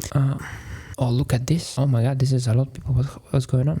This is my separatists. Oh no. Oh, look at this. Remember, guys, they say we will go at war, and this is my separatists. So they literally going at war. That's unbelievable. So I need to try to connect my separatists with my logistical line, because if I not do this, they will die out all, and it's not good. Come on. So we need to try to move my robot here, I believe. Here I move my car, and we can start to attack our enemies here. They are not full encircled, but we have quite a lot of troops, very a lot, so maybe it will work. Let me check. Alright, we kill one and they're retreating, but because we encircled them, we killed all of them. Wonderful. We conquer this village. Super nice. Happy to see this. Well, that's become really hard, guys. I must say it's really hard. So maybe one of the options which I can do, I could nationalize transport hub, maybe, because transport hub will consume oil and will give enormous amount of track points, for example. But I'm a little skeptical if it will work good, because you see we have problem with our logistical line as already, mostly because we send troops probably. But anyway, if we want to go at war with, because we're already at war with these guys, if we're already at war with them, we need to be careful, because maybe we don't have enough logistical possibilities. Very hard. Alright, and next turn I see that we still not have ability to maybe recover our troops, and it means they will have 0 food. Yes, they don't have any supplies, and right now they will get some supplies, but only in case no one will cut this line. But exist a lot of non-aligned forces like raiders, as you remember, which could down this line at any moment. So we can't be sure about this. So we see here one small village, 6,000 population, and I believe we can move here and try to encircle this. Right, we can go here and go maybe even here, and next turn we will be able to strike them. Only what I worry, if this enemy will try to cut down my supply line, it'll be super sad. So we need to be very, very careful for it. Nothing as this happen. And this is our enemy, by the way, our big enemy, which has a lot population. And as you see, they also have private sector, they farm, but we have greenhouse farms, which is not very effective because they consume a lot of water and others, because here is desert. So people using greenhouses, and here is not desert, here is good fields, right? This is plains with a lot of grass and water. For that reason, they can produce here food without greenhouses, and it's a lot more efficient. For that reason, you see that they have already light industry, but where is my light industry? I don't have any light industry construction. Why? Because my people not earn so lot of profits from this. But it's quite interesting. See, 500 people enter inside my military in one turn. Unbelievable. This is very, very good results, guys. Very good results. And now I can use my military towards create something more. Retired military general in capital of empire. We can ask this general, like military general, to help us. I think he will help. And now we need to do political speech, as any politics, you know. So what do we promise to our people? We could promise security, we could promise private economy development, or we could promise education growth. About education, I'm not sure, but private economy, I will definitely not interfere. And as time goes, as you see, they have phones, private phones, money, and is growing. Sooner or later, they will build light industry, which means our private industry will grow. So we have 2,900 people, recruits, which we can use for something. Let me see, can we create new formation? Yes, I can. So we can go here, click create new formation, and maybe I don't want to create machine guns. I'm not sure about this. Maybe I want to, maybe no. Okay, let's create machine guns, because machine guns cost a little more expensive, like 10 metal more expensive, because I have so lot of people now that I think I will send all my military towards front lines, or at least in this line, for protect my line from non-aligned forces. And maybe I will try to go to attack this minor regime, Echo Valley, like right now. Not exactly right now, but maybe soon. I also want to call my secretary, and I want to create new organization, because passed a lot of time, and I think we need new organization. What organization we need to create? I think we need to create economical council or military. Why we need economical? Because we need electricity. Without electricity, we can't develop economy. So yeah, let's work with economical council at least first. As you see, everywhere is radiation here, but it's not very high level of radiations. For that reason, it's fine. But in reality, this radiation produce problem to our military, and they dying in battles more often with more chances than without this. Like a recovery chance a lot less in such high radiation places. But almost all the planet, it will be like kind of spoiler for you guys, but almost all planets as this, like everywhere is radiation. And in late game, when we develop super technology, we can put out this radiation with radiation cleaning systems. But this will not happen soon. So we're living in a wastelands, fighting with raiders in radiation. I mean, this is our role play. Yeah. And as you see, we run out of ammunition completely. We don't have ammo, so we need to go to workshop and craft new ammo. Ammunition is crafted from metals and industrial points, like 82 metals and 82 industrial points will craft 820 ammunition, which will be, I think, sufficient for us for 2 turns or maybe 3 turns. We will see. But as you see, it also consume a lot. If we don't want to produce so expensive ammunition, we can create industry of ammunition industry, which will produce ammunition not manual, because what we did now it was manual and it was very expensive. It's a factory. If we will use factory production, which is necessary ammunition of factory, it will be a lot more profitable for our economy. Like we will spend a lot less metal, a lot less industrial points, like 0 I think industrial points, and a lot less metal. I think about 4 or 5 times less metal we will spend for produce same amount of ammunition, which is a very big difference if you think about this. Now my plan is I was trying to evacuate my military, which is stuck at here, because they will starve to death if they will not get supplies from my capital next turn.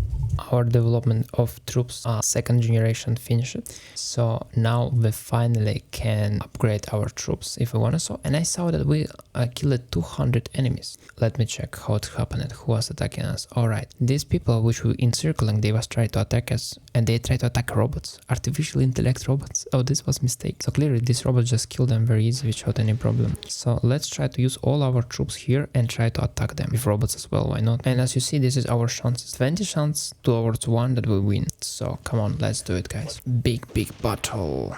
Oh my god, oh, we lost some people. Oh my god, we lost a lot of people. Oh my god, this is crazy. Why are we losing so lot of people? Alright, that was harsh. This war, guys, what do you expect?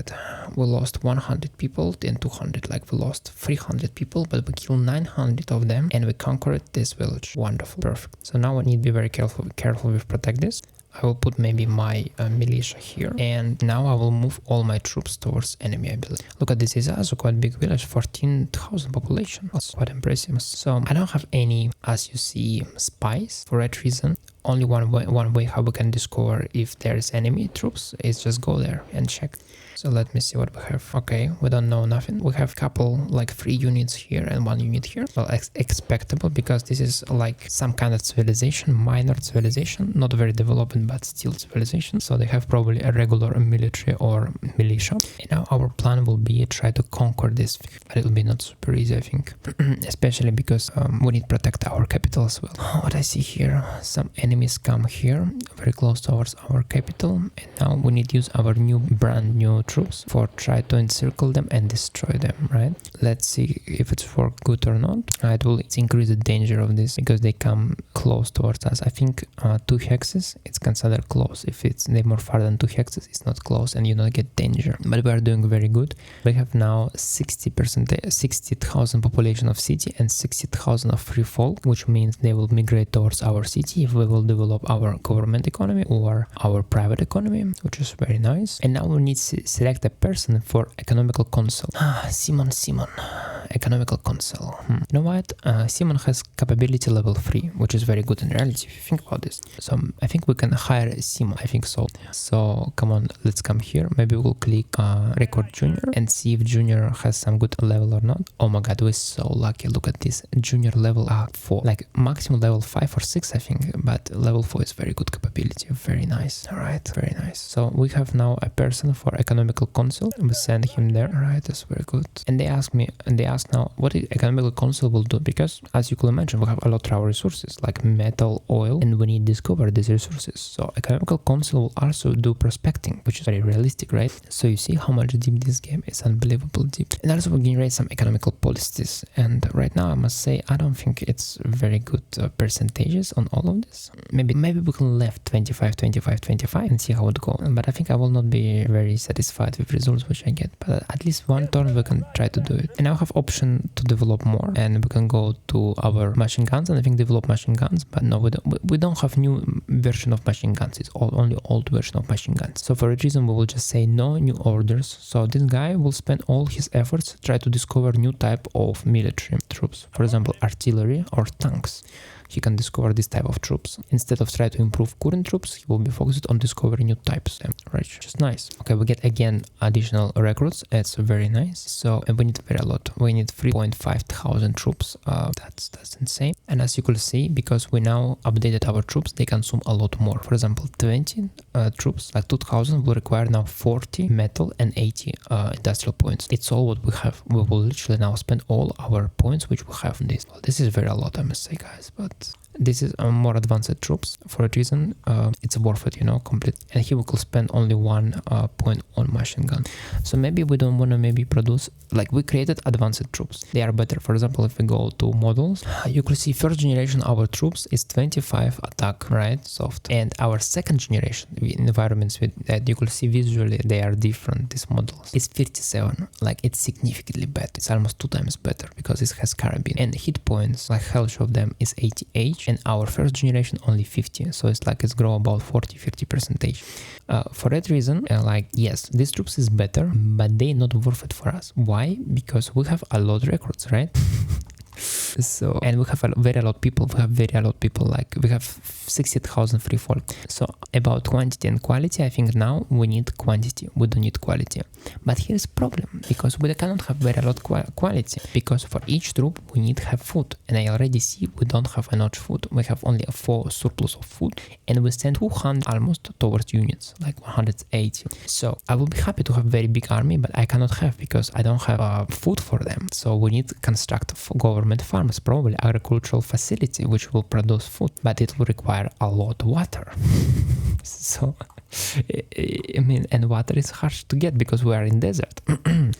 You may argue that here is, for example, a river, but this river probably has dirty water because of radiation and over, so we cannot use this water either. So water which we can get now will be from underground, is here in ruins, Rafarira ruins. Like, it's probably the name of old village or old city which was located here. You see, it's very hard economically. Think you don't have metal, you don't have industrial points, and you think like, I need metal, I need industrial points, but how I can get? I cannot get. Oh my god, this is harsh. So maybe what I can do, I can go to my governor and say I will not pay any money for my records. Like, you could record whatever you want, but I will not pay any money for this. Yeah, kind of like this. Good news, guys. We killed 300 infantry and 10 motorized, but I don't think it will. Oh, look at this. We gain technology fascination. Oh, let's start to work. And we found one ancient storage of credits. 700 credits we get from this place. Like, this is galactic credits, which was exist in past and seems continue exist now. Yeah, something like this. That's unbelievable. You could see, for example, in our mind that we get technological fascination, which gives us 50% research bonus, which is very nice, and gives some additional stratagem for us, decisions. Like, we could improve our attack of military forces and decrease their defense. All right, whatever you say. Look at this. I see we have a shortage of some logistical points. Yeah, that's really a big shortage. Can I attack them? I don't think I can attack them. Yeah, let's not look at it. We can attack them. So what I can do here, I want to really go at war with these guys, but I cannot go at war with them. It's impossible. No, that's harsh. Let me check our decisions, what happened in our government. Well, nothing, to be honest, very interesting here, I must say. They're requesting for our moral of soldiers achieve at least a 59, which is not very hard to get. Our moral already 49. Moral depend on many factors. One of the reasons why our moral more high is because of radiation, because it's a lot of radiation everywhere and people are suffer from this radiation disease, so it's not a very comfortable thing to build, you know. So we have shortage. What's the problem? Why we have shortage of supplies? They not deliver them ammunition. All right, I understand. Fine. So guys, I will be honest with you. I think my decision declare war on this Eco Valley was mistake. It was absolutely mistake. I don't have now logistical potential to go at war with them, because if I cannot supply my troops even here, how am I supposed to go at war with them there? It's just impossible. So I will just move away my troops from this territory and I'll be super happy to have peace with them. But how I can have peace now? We're already at war. Well, at least I get 2 additional squads of militia, which is kind of not bad, right? Yeah, probably not bad. I'm not even sure if it's not bad. I think it's bad. But we have good news. We start to construct light industry. Finally, our private investors has money and not. It's nice. Okay, I try to cut down our enemy here, and I could try to use all my military and attack them, but it will not work. Yeah, I don't think it will work. So at least we will encircle them, and if we don't have our own supplies, our enemy should not have any supplies either, you know. That's the point of this strategy. All right, and here I don't know what to do, to be honest. I could try to put my troops around the borders, and for they try to protect the kind of borders. Also, I enjoy the city with 14,000, so I think it's strategical, like absolutely justified for conquer this place and try to protect this village for attract people inside my city. Also, if you want to pay attention towards, okay, if we cannot go at war, we need to start to develop our own industries. And I think one of the places where we can develop industries is here in Persia. Like, it's small village, 20,000 population, which is not very small, because for us it's very big village, you know. We can construct here agricultural, because I see temperature of this hex is 17 degrees. Like 17 degrees is absolutely fine for agricultural. So as you see, they have a lot of fields. We can start to develop our own agriculture here and probably cover many of these fields in the future. It'll be radioactive food, but it's better than nothing, right? Because we have problem with food already, yeah, and problem with ammunition, yeah. Just disaster. Everything is disaster, guys. I cannot say that. Unbelievable. But there is one good thing which we can use. Name of this thing is wine traps. Like something which is just trap water inside itself. It costs quite expensive to construct, but if we construct this, we will get water and we don't need to pay any electricity, which is I think nice, right? So as well, we have a lot of political points, and I think I can call also our secretary and say I want a new organization. This new organization will be Military Research Council. I wanna for you start to research military technology, because we need this. It's very important for us. And I must say that I see my economical council overview, and I see already that in prospecting possibility they will discover water and something else, but we don't know what. So maybe I don't want to have economical policies and prospecting a lot focus. Maybe I want to say to him that I want to, for you, more be focused on research of new technologies and on discovery of new technologies, you know. That's what I think. That will be more smart strategy, I believe. And amount of how fast they discover this technology is depend on bureaucratic points. Bureaucratic points is generated by bureaucratic buildings, like as you see bureaucratic points. So maybe it's not has a lot of sense that we construct high command. Maybe it's better was constructing a bureaucratic offices, because high command will give us some bureaucratic points, but only 40, like 50 additional. So maybe it was more smart to construct bureaucratic offices, but it's late anyway. So, you know, we're here where we are now. We cannot change it, unfortunately. We will just wait until some of our technology will be discovered by our economical council. Nothing else I can say, guys. Your militia forces hold a parade to show their strength and loyalty. Well, at least someone is happy with our rule. And as you see, our promise was successfully fulfilled when we promised that we will have more private assets and it improve our score. Like, everyone love us more, and our government is improve relationship with our leaders, because better relationships, our people work better, like more bonuses towards research and everything. Oh my god, we found Galactic Republic ancient machine guns. And this is cool. This is really cool, guys. I saw that someone tried to kill me this turn, but I'm not sure who it was. Alright, these people, they tried to escape of our encirclement. That's the reason why they lost troops, and we lost as well. So we'll go here, and our goal will be to protect this village. Also, maybe we will protect this heat well, which will produce water for us. And we discovered machine guns here. Oh, this is very awesome. Very cool, guy. Very good job. So our cars maybe will be on car road for protect potential invasion from enemy if they will do it in some moment. Here, I also will be happy if I will protect ruins, maybe. So I will think about this, because ruins has possibility to scavenge them, like extract metals. And now we don't have any metal mines, we have only ruins, so we live from metals of ruin. And for that reason, it will be important for us. Okay, if I will try to attack them, it will not work, because I don't have enough ammunition, I think. Yeah, I don't have sufficient amount of ammunition to do it, because you see that they say red, like here's a red color, meaning that they don't have enough ammunition and they don't get replacement which they wanted. Alright. What else I can do, guys? So let's try to encircle these people. I don't know who is these guys, but I definitely not like them, eh? Military parade. Military wanna do parade, and we can allocate additional money towards them for improve relationship with them and stimulate more militia. Well, 200 sound absolutely fine without any problem. And now we need to find a director for military research council. Well, we can get a secretary if we want to, so, or we can try to hire someone else. But I don't think we will hire, because mercenary is usually professionally military people, and they are not good for research, and they're good for war. Yeah, so secretary probably is the best. So we call this guy and we say, you will get job, it will be over job, and we give this job immediately towards him because he have capability level 3, which is very nice. All right, and immediately he has what to do, research or discovery. Well, you could do whatever you want. And as you see, once we demote our secretary, he go into our reserve pool and we get new secretary. And this is how you could get people if you don't have decisions available, like as a recruit junior or recruit someone else. And this guy also good. Look at this capability level 3 is very good capability. He could be also a very good researcher we want to solve. So now we have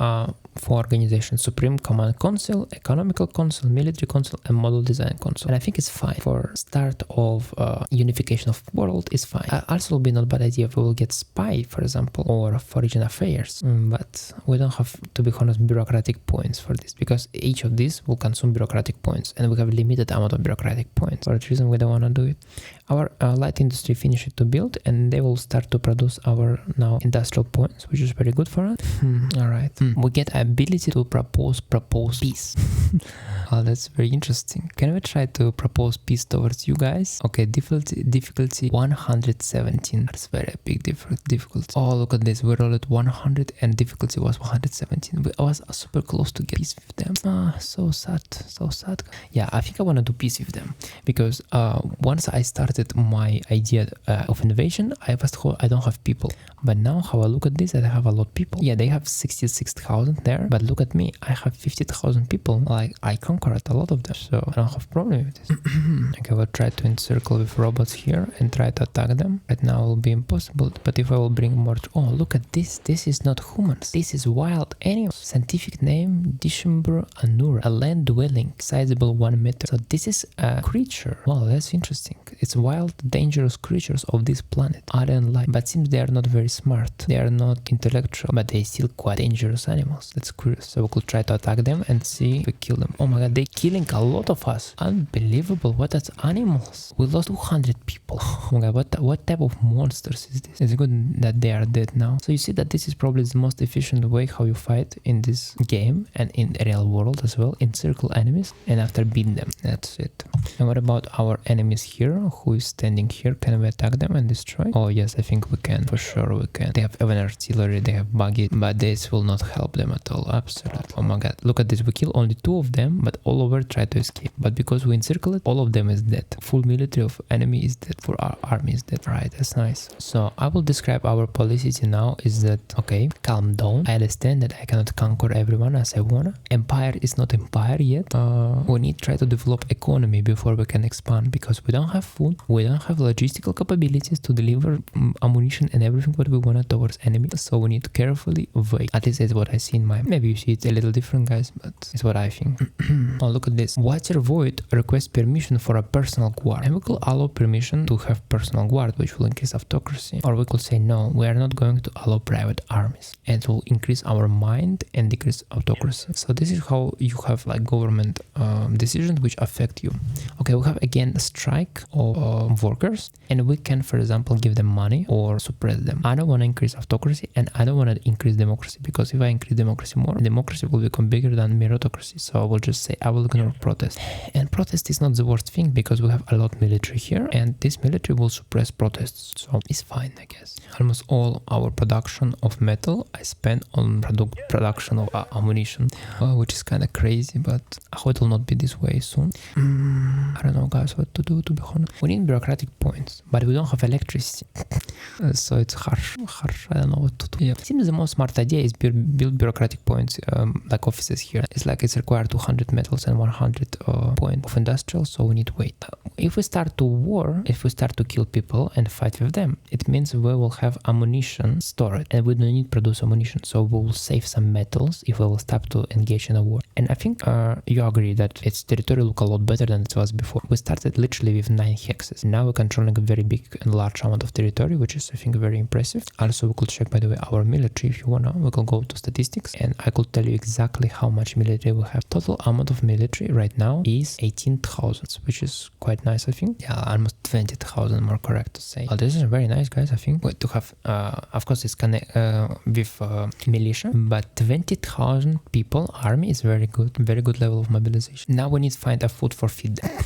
We could try to send spies on zones around us, or better try to discover what is going on in this zone, because we will have a lot of spies. Well, a visible zone is the same as here, like it will be completely clear for us. We will know everything, but it's require very lot of spies. So but at least we could discover buildings, for example, because we don't know even what assets exist here. So, and here we know what exists assets because of our spies. It's our spies and give all our information about how much people living there, what buildings they have. But before expansion of food, I think we need to solve problem with metal. And here you can see ruins, which is very close to our capital. We can build there scavenger mines or recycling facility, how to call it more correct. It will cost us 50 metal and 125 industrial points for 2 turns. So in total it's about 100 metals, but it will allow us to generate a lot amount of metal and rare metal and oil. So I want to build this facility definitely here. And I must say that maybe I don't need so lot recruits right now. It's more than enough recruits for me. So I will, because what I'm doing, because these recruits is part of my military, I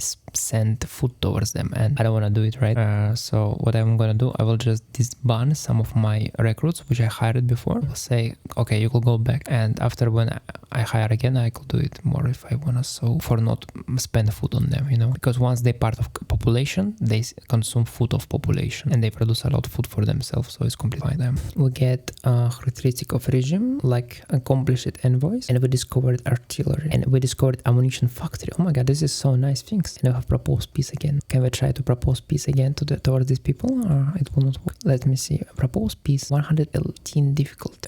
Yeah, I'm not sure about this. I'm not sure at all. Maybe I need to create a foreign affairs and try to talk with these people. Okay, fine. You convinced me, guys. I will try to create new organization and it will be foreign affairs. That's it.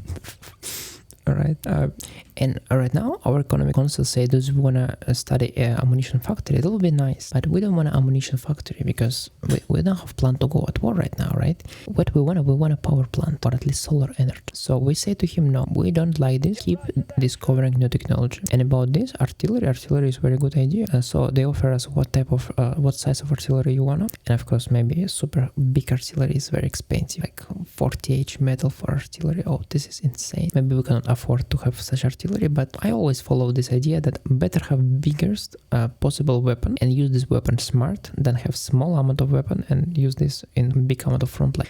It's not always it's not always working strategy, I must say, but yeah, maybe we can try to not use 150 millimeters because it's really only start of the game and many people don't discover it yet, new technology. Maybe we can be calm with 40 millimeters. Yeah, I think 40 millimeters is fine, right? And we will give environments with clear left cost towards these people. And guy which we will send towards foreign affairs, it will be our secretary. Yeah, I think so. So we say him relief and we will promise you better job, right? And we get new secretary, and this secretary a lot more worse. He's only capability level 2, so probably we will not use this guy for anything. He's not very interesting for us. It means he will study a lot more worse than our people. Maybe we could use him for military. Maybe we can use for military, why not? Wait a moment, I wanted to use some people for military, so maybe I could send him towards military. Right, that's not a bad idea. Let me try to do it. So I will relieve also him and I will say overjob. And we get one additional secretary, which is also not very good, only second level. Alright, fine, but I don't have a lot political points. For that reason I need calm down and notice more. We gain a free market. That is very nice. Especially why it's nice, it's because I think it will give bonus to our private economy. Let me check. Yes, free market. It gives 40% bonus for private economy. That's very good. Like you could see, for example, our private industry produced 24 industrial points, and if you click this you will know why exactly it's produced this. It will show you relation modificator and other things, and next turn will start to affect private bonus, so maybe it will get additional H points of industrial, which will be quite nice, I think. And now we have ability to choose foreign affairs, someone, and I believe foreign affairs is not super important thing, so I will put one guy Harper. So let's do it. Alright, time to time they ask us what we want to put priority, and now we'll put priority definitely on major regimes mostly. Military Research Council ask us if we want to research gas powered small arms. Well, no, we don't want to. We want to have automatic rifle. We don't want to have like this thing. So I say to this guy, okay, keep investing also. Our workers in capital empire harassed. That's not good, guys. That's not good. We could try to investigate and maybe worsening situation, or maybe we can do nothing, which will not help at all, but at least it will increase meritocracy. So let's try to do it. Critical failure. I arrested and accidentally killed the wrong guy. Unrest increased 50%. Happiness decreased 40%. Look at this. Our happiness is 29 hours. Yep. Oh my god. Probably our city will go out of control. It's look very bad, I must say, guys. A retired military general in capital of empire. Yeah, we have one general. He asking for the increased funds of military, and he wanna for we pay 944 credits to him. Oh my god, this is very a lot. No, we cannot afford this. So yeah, we just say, okay, sorry guy, we cannot give you additional money. It decrease morale of our militia. Oh well, that is fine. That is fine. So I think we need to use some fate points. We could try to maybe use worker days or labor days. I think we need to use a labor day, which should increase happiness of workers. So we click here, we spend 1 fate point and we increase happiness on 20, which is in reality not very a lot. And now we have foreign affairs. So we have now ability to propose peace, and we will not get punishment because it's a wrong organization. So let's try to do it, and we roll it 78. It was even more worse than before. So right now I'm trying to desperate get peace with these people, but it's hard. They don't want a peace with me. Who could imagine that my militarism will fail so quickly, guys? Yeah, you need to have economy before go at war with someone. Isn't obvious, guys? Well, seems for me it's not very obvious. That is the reason why I'm in this situation. Right. And our national budget, I want a little edit for first time. First of all, I don't want for foreign affairs be more high than 10% of our budget. Yeah, I believe it's not necessary.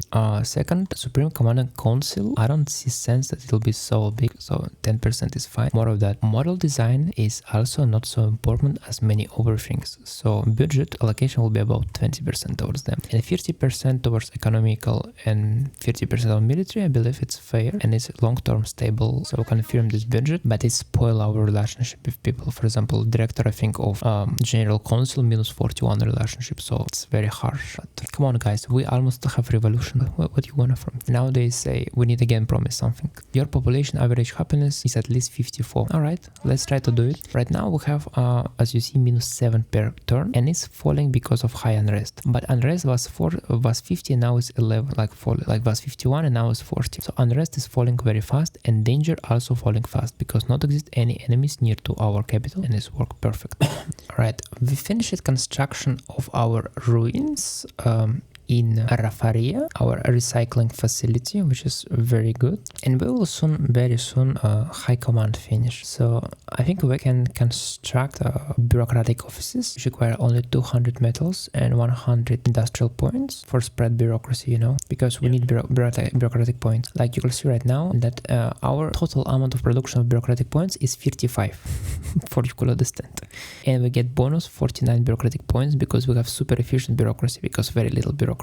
So if we will increase this on 50 additional bureaucratic points, it will be super nice, super good. We will almost double our production of bureaucratic points, maybe 50%. So our technology will be discovered more fast, our research will be discovered more fast because more people working on discover this technology. Oh my god, we have minor worker strike in the capital. I wanted to build, guys, a meritocracy, but seems I will build democracy because I cannot afford protests anymore because it increase unrest, and unrest after decrease happiness. So you cannot build a society with meritocratic ideas, like just impossible if you have unpleasant people. So right, fine, we give democracy over them, we give them some money, and that's fine. Of course we can use our military and kill all of them, like just suppress them, like create some kind of like dictatorship suppression of protesting people, but I don't want to do this because I don't want to go path of dictatorship. I saw some survey, I had survey in YouTube, and I asked my subscribers, oh, what do you want to do? And right now it's 50% people wanna for we conquer everyone with war, 50% people wanna for we build industrial economy like very prosperous, and 50% people wanna for we build a society focused on restoring knowledges. And I must say, I think I will do both of this. We will first of all need build economy. All right, this is what we're doing. In the same time, we need try to get some technologies because without technologies we will probably disappear because other enemies will just develop their technology and will destroy us. And once we have a lot of technology and very developed economy, we can continue expansion. So that will be our plan. Oh yeah, we discovered automatic rifle. That's what I wanted. Now we can say them for they start to research this technology, automatic rifle. And I see here some invasion. I think someone start to invade us. No, it's from this side. All right. So from several parts they try to invade us. Well, it's not very nice of you guys, but okay, fine. Maybe here I can even include my enemy if I wanna. So like something like this. Not sure if it will work perfect, but it can work. No? Not sure, to be honest. I just don't want to he come to my capital, like the most important thing. I hope they will go away or stay here and I will destroy them just next turn. Oops, I tried to attack someone here and they bite me very harsh. It was some monsters, some animals, and they killed 200 of my people and I not killed no one. It's unbelievable. Look at this. Slark. It's 3 meters. Dwelling creature. My god, it's super powerful animal. Unbelievable. It's really Lucas monster. Oh my god. Please I buy some food. 300 credits I spent or get food because I'm not sure when I will get my own food. For that reason I'm ready to spend credits on this. And what I'm ready to spend, I think I can sell some fuel. Yeah, when I went at 200 fuel for 500 credits. You know, if I buy something I need to sell something, right? For economic stabilization of my budget. Good news do that, we finish it to build bureaucratic offices, and it means next turn we will have more bureaucratics. But already we have a crisis of energy, so I don't know how to solve this problem. We will see. Right now we just spend high command spending a lot of electricity, bureaucratic office spend electricity, but I don't matter this. All right, maybe we could survive 5 or 6 turns because we have 400 capacity of electricity, so it's kind of in our batteries right now, but after we will run out of electricity. Oh my god, look at this. We had 89 bureaucratic points, and with all of these constructions now we have 210. Of course we produce only 100 of them ourselves, and 91 we get as bonus, but it's incredible good results. Now all of these points will go to our economical council, military council. It's very good in reality. Yeah, I'm super happy to see this. Very nice. And so we have now some free metals and industrial points, and as I planned before, I will stick with my plans. I will construct here a farm, definitely. Agricultural facility. Let's do it, guys. We need to start to produce our own food. We have food 5 in the capital. Someone trying to steal food. That's not good. That's not good at all. And again, we have ability to increase our, let's say, meritocracy, but it's not sound good. It's not sound good. We need seems get some autocracy. Because meritocracy we can't get now because difficulty average 155 to this role. Like interrogate twice to find the ring leader. We don't have enough competition for do so. For that reason, we will just send troops and punish these twice. We have 380,000 soldiers in our capital and comforting 8,405. We succeed in this. We create plus 20 fear. We lost 200 troops and 900 wives were killed. So almost 1,000 people in our capital died because of this. Oh my god, this is nonsense. They will have super low happiness, like happiness super low because of danger and because of unrest. Oh my god, this is so hard to do. It's so hard. I hope we will not destroy our country and everything will be fine. I'm not sure about this after all of this, to be honest, guys. I see that we have opportunity to create a Galactic Republic Vortex. Like it's a medium tank, which we can discover. Spend 1 fate point and we get Galactic Republic tank. Like you can see this. This is ancient tanks. It has incredible amount of attack, like almost 1,000 attack soft, 1,000 attack hard. Is just unbelievable. It has 100mm mass drive gun. Oh my god, I don't know what is this. It has liquid armor and nuclear engine. Unbelievable. It's so powerful. I wanted to print this for protect my city, but now I think like wait a moment, I could maybe attack my enemy. I can attack my enemy with this tank, no? It could work, no? I think it can work. Yeah, but before we do this, we need to construct truck station. 1, 2, 3, 4, 5, 6. The most far, how much you construct without penalty, because if you construct more far than 6 points, 6 hex from your city, you will get penalties like that they cannot manage this. This is super far. So I want to construct here truck station. That's it. And once truck station will be constructed, they will start to send more trucks. And I think it will be sufficient for invade inside this echo well. Yeah, I'm obsessed with conquer them. I am obsessed. I'm really have big troubles now with everything, but I want to conquer them anyway. But look at these guys. 1,000. It's 1,000. Like we have troops and it's like 50, 60, 10, 20, and it's 1,000. It's unbelievable. Just impossible to destroy. If I lose this tank, it will be lose of game, you know? Whatever. Oh my god. Congratulations. We discovered solar energy. So crisis of energy will be solved. They offer us for we create new organization. And I must say that I don't think we need to create any organization right now. I don't believe in this. Just to say no, we don't need any organization. Monster in the capital of empire. What? Oh my god. We have monster. This terrible. Oh my god. What do we do with monster? We try to kill this monster. We can try to kill this. Okay, we had 60H, difficulty level 50. We lost 500 security and hunting party members, but we killed that one. Oh my, this is so a lot of problems. Fine. So where we can use, oh my god, look how far this tank could go. Look how much powerful is this. Unbelievable. It's so powerful technology. Like you will see our truck cannot go so far, and our tank can go super far. Oh my god, guys, I wanna use it. Look at this, 43 towards 1. Unbelievable chance. Come on, let's try to do it immediately. Dead. How much we kill? We kill 300 of them, but they cannot do nothing like with our super powerful tank. Oh yes. All right, so here I will put my robot. I think where I put my robot here, I will think. Okay, so I will put my militia here. All right. So now our goal will be to protect our road for no one try to attack us here, and I hope it will be fine. Okay, capital, their city is very close. I think it's somewhere here or here. Yeah, let's try to do it. So once we discover it, solar energy, we need now research this solar energy. So once they will finish with their research, we will be able to whatever. No, we will be able something. I'm not sure what, but something. We'll able to construct. Now we need research before we can construct it. We discovered padded environment suite, which is you could see as like military armor suite, which is common in our 21st century. So we can go to our organization military and say now study padded environment suite. And once they finish padded environment suite, and after because they finished it already automatic carabine, we can create new type of troops. What Revoid wants erect statue. Oh, they want to build statue. This is very nice, guys. I don't know why. Yeah, you can build. We can build statue, guys. That's fine. National budget, which is absolutely the same. Nothing changed here. We have problem with one guy of militia. He constantly complain and asking money. So we say them, no, we don't give you nothing. Sorry, it's annoying. I see that our construction of truck station finished, and we will very soon. Okay, I was a little wrong. They are located here.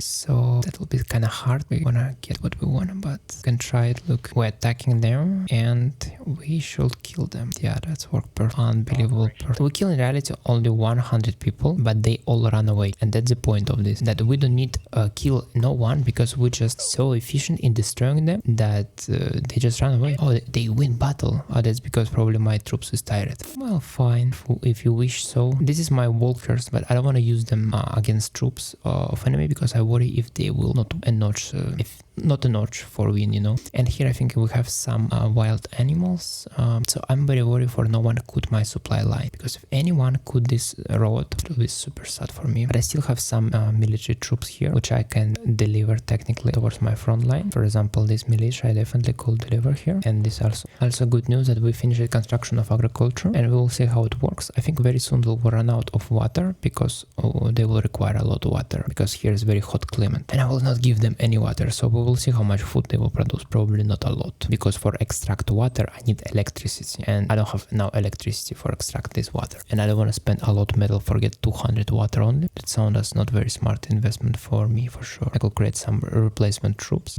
Our model design discovered light tank, and here's some bug. Why for that reason it's not replaced here, but should technically be there. So we can now start development of light tank, not this Galactic Republic tank, but real tank, you know. Millet again ask money. Okay, I will give you 300, fine, as you wish. So we can create light tank ourselves. First light tank, probably it will be a light tank of Second World War II, something like this, and we will go to blueprints for try to better understand what we are doing. For example, if we create 40mm howitzer gun, it will be not bad. All right, what else we can do? All right, tank with 5mm steel plate defense. That's not sound smart. At least 25 steel plating, because 25 like 50mm seems not very hard for us to obtain. But here's a trick. Despite, I mean, we can put a lot more armor, and this armor will help to increase armor strength, which means it will be more hard to any troops to destroy this tank. But the point of the tank is that you need to encircle someone with tanks, right? So also speed is kind of important for tank, but not so important as anything else. So I think like maybe we can create tank which will have maximum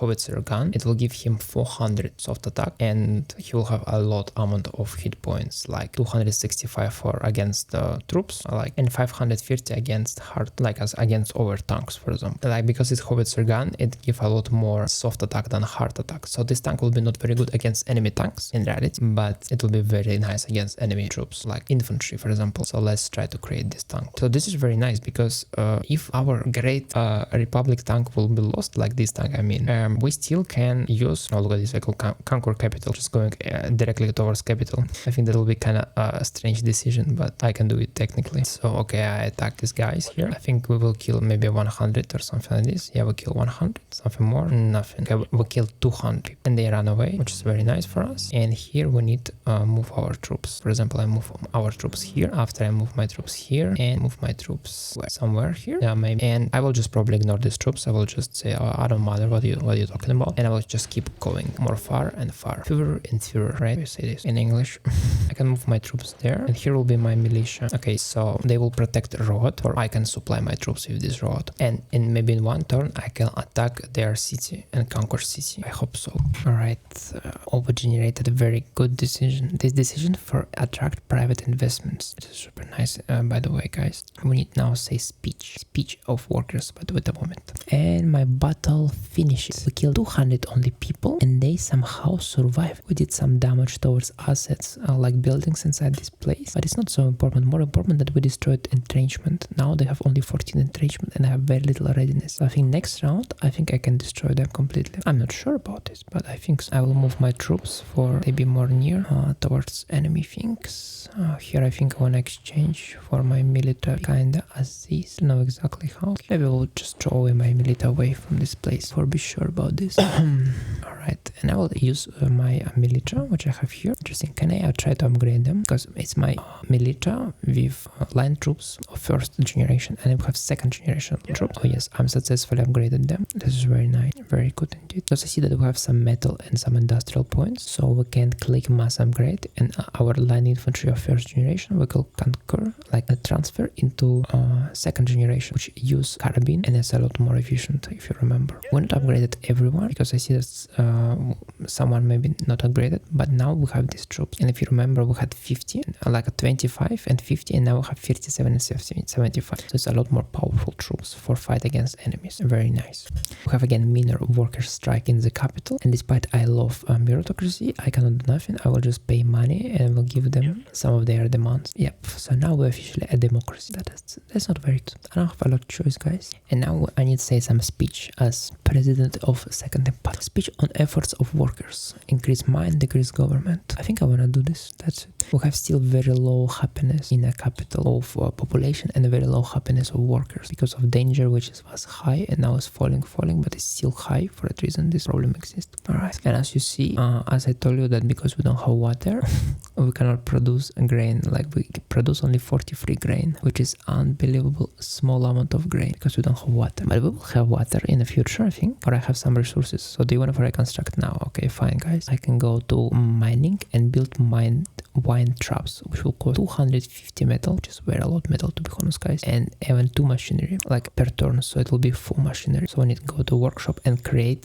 2 machinery, which will cost 40 metal and 40 rare metal, which is very expensive, but fine, I will do this. Oh my god, that's very nice. We discovered full deposit in capital of empire. That's enormous. And we enter in decade of corruption, so now people will steal money from us. Yes, this game has mechanic of corruption, like governors stealing money and other guys as well. But I keep it my promises, and we discovered solar energy, and we discovered we researched solar energy, and we discovered steel roads, and we finished it with research of this and high-speed machine guns. Okay, so high-speed machine guns, it's very useful for machine guns, as you could imagine. Yes. So about economic council, what do you want to guys research right now? We need to be honest right now research, I believe, power plants or hospital, or no, ammunition factory, right? Ammunition factory is the most important. All right, let's study this. And here in military, yeah, I think we can study high-speed machine gun. Okay, Water Void is governor of our capital. He won absolute power for Sims suppress protesters and others. It'll be a very smart idea, not say nothing about this, but I don't want an autocracy, so we say no. Our population actually have some rights, so we not let him suppress our population and subject power, conquer power. Now, some free folk want to join us because of our governance. And where is this free folk? Are you kidding me? Look at this. This free folk is here. Oh my god. And I tried to move them and some monsters kill them. This tiger, but we have some monster who call it tiger, and this tigers killed already 200 of mine. Oh my god, unbelievable. So point is that I need to try to move my troops towards here. Really, I think they will all die, but okay. So they ask us, can we protect their village? Let me see their village. Their village is only 100,000 soldier like people, but they have mercenary for like post 300 records every turn appear here, which is a lot records, because I remind you guys, we still have only 300 300, no 400 natural growth. So population produce babies and it's only 400 and here is 300. So it's very useful to conquer, but definitely now because I'm busy with this war here. So I promise that I will not protect this place because as you can see here, our war score is solid. So when we say any word, people believe us. And if we say something and we not commit this, people will like lose their belief in us, something like this. And if you wonder something like, oh, like you're playing right now with yourself, where is major regimes? Well, major regimes will be later. But we have victory overview. In this victory overview, you could know who is your enemies and what is their score. For example, we are second empire. We are 5. We're literally one of the worst regime in the world. Why? Because we have only 3.6% of population of planet. It's super little. And we're controlling only 1.2% of planet. And as you see, exists 2 artificial intellect who already conquered maybe 2 or 3 cities. And they have H.H population. So they have more than 2 times more population. And if they have more population, it means they could create very big army and conquer more. Also it means they will have more developed technology when we meet them because they have a lot of people which they can send to bureaucratic offices and they will produce a lot of things there. So situation is kind of dangerous. Yeah, I don't know what to say about this guy. Okay, let's try to attack them and see how it goes. We're losing a lot of our troops because I send my troops first towards attack for they support my tanks and Volkers. And yes, we won.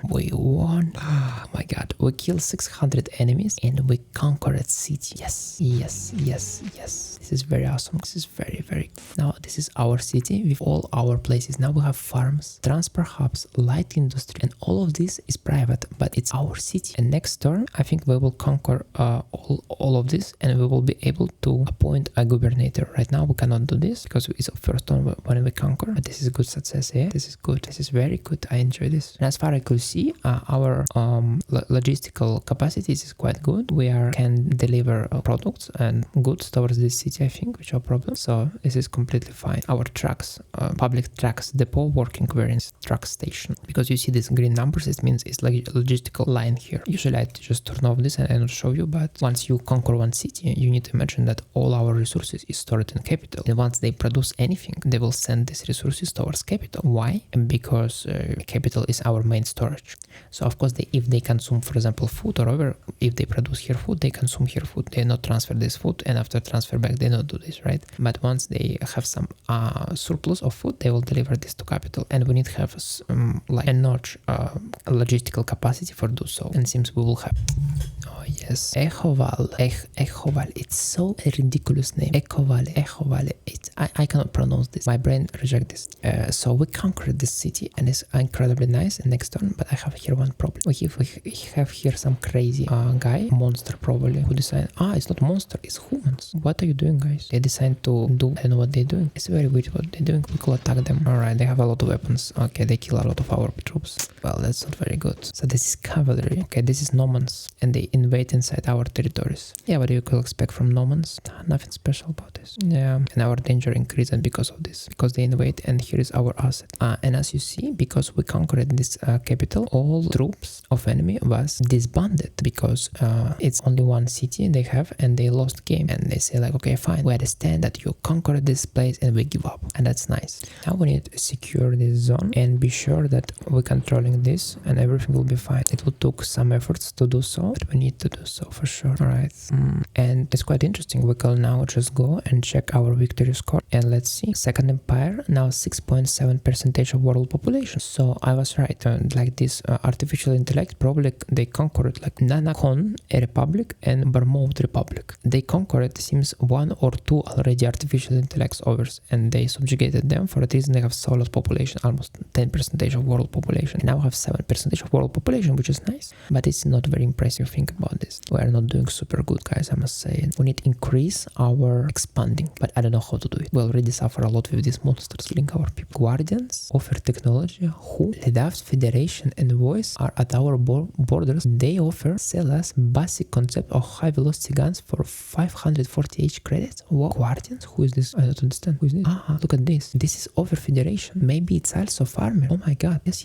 So now we need to find money and buy this technology because it will improve improve our relationship with them. Come on, when you do it. Okay, fuel is really very expensive. We can sell 154 fuel for each 153 credits. Very good deal, I must say, guys. Very good deal. And now we can just say yes, and we get high velocity guns immediately, and we improve the relationship with them. We need also appoint governor, and I remember one guy who was in military. I sent him towards military, but he was very good in his skills. Yeah, Willie, this guy. He right now at military, and I will say I will give you better job, and I appoint him as governor of Equaval, whatever. And I could immediately upgrade the city. Fine, because the city was level 2 and it has enough population for upgrade to level 3, so I upgraded to level 3. And we have immediately waste disposal accident. Well, it's obviously happened because we conquered the city and we are very, let's say, not careful. I'll give my support. Medical roll is 12.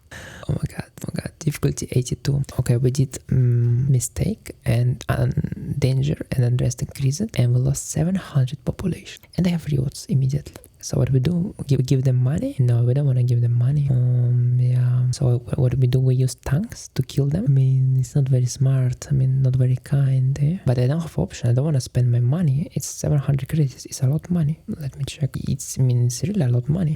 For I sell metal and I give them this, right? We will sell 52 metal and we will have enough money for give them credits and a piece rewards. Oh, that's kind of harsh. So I think this is farmers. Like, look at this. Yeah, I think this is farmers. It is what it is. We can propose peace towards them and they are super happy and they accepted peace with us. And after, we can offer them protection, I think. But yeah, we can try. Instead of go at war with them, we can try to do it peaceful. At least we can try. Nothing bad will happen if we try. Because as we discovered, war, it was very problematic.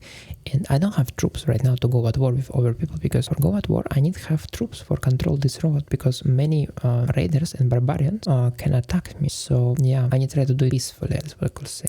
And look how much food we start to get. It's enormous amount of food. Like, look at this asset. This farm is producing 0. I don't know why, but I think they should produce me some next turn. I get from some place food, but I don't know from what place. But okay, it's fine. We have twice inside the new city, and we kind of won. We was successful to prevent fives. We lost 700 population, 500 food. Alright, and now we can adjust what we want to here. I think I want to put salary about 3 credits. Allow emergency food. I don't think so, but whatever. And we can have now option to put this as unincorporated zone or as regular zone. Regular zone will affect our mood of our population and everything, and our level of civilization. Unincorporated zone will not affect this, but I think unincorporated zone will have some downsides, as I'm not remember exactly. I think my culture will not be changed. Their culture will be stay forever them own, right? Because you can see their culture is timber bondage, is different culture, and if I want to assimilate them inside my culture, which is still stouch culture for some reason, it's generated as this. I must incorporate them, but if I will incorporate them, it will cause me problems. I mean problems because they hate me right now and they don't like me. So until I normalize situation inside the city, I don't want to do nothing here, right? I don't want to do nothing here. So that's it. Like, I have here my tank, and I could send my tank here and attack this cavalry immediately. I think I will destroy them. Oh no, I'm not destroying them, probably because it was a very long road, but okay, fine. I have diplomatic decisions. Offer to buy slaves. Liberty territory offer us to buy slaves. They want to pay 300 credits for that, and they say if we will buy slaves, we will spoil the relationship. I mean, I'm not understand with who. With this. Ammonist territory. No, it's not this. I'm not understand. They offer me for I buy slaves. I don't understand from what territory. Oh my god, look at this. We have Opharis territory, which is mutants. That's not very good. I don't know who is these people. Who is slaves? I don't know. So I will say no, we will not, because this is very strange. I don't understand who is slaves ever. I mean, like slave owners. So I don't know what to do in my place here. We need to rename it definitely. City, let's call it City West. We will call it West City 1. Yeah, just for remember, because it's from west part of from us, right? It's more west. So it's West City 1. And you know, I think it's very empire thing, you know, like we're building empire, so we'll just put numbers on the city. City 17, you know, city 40, etc.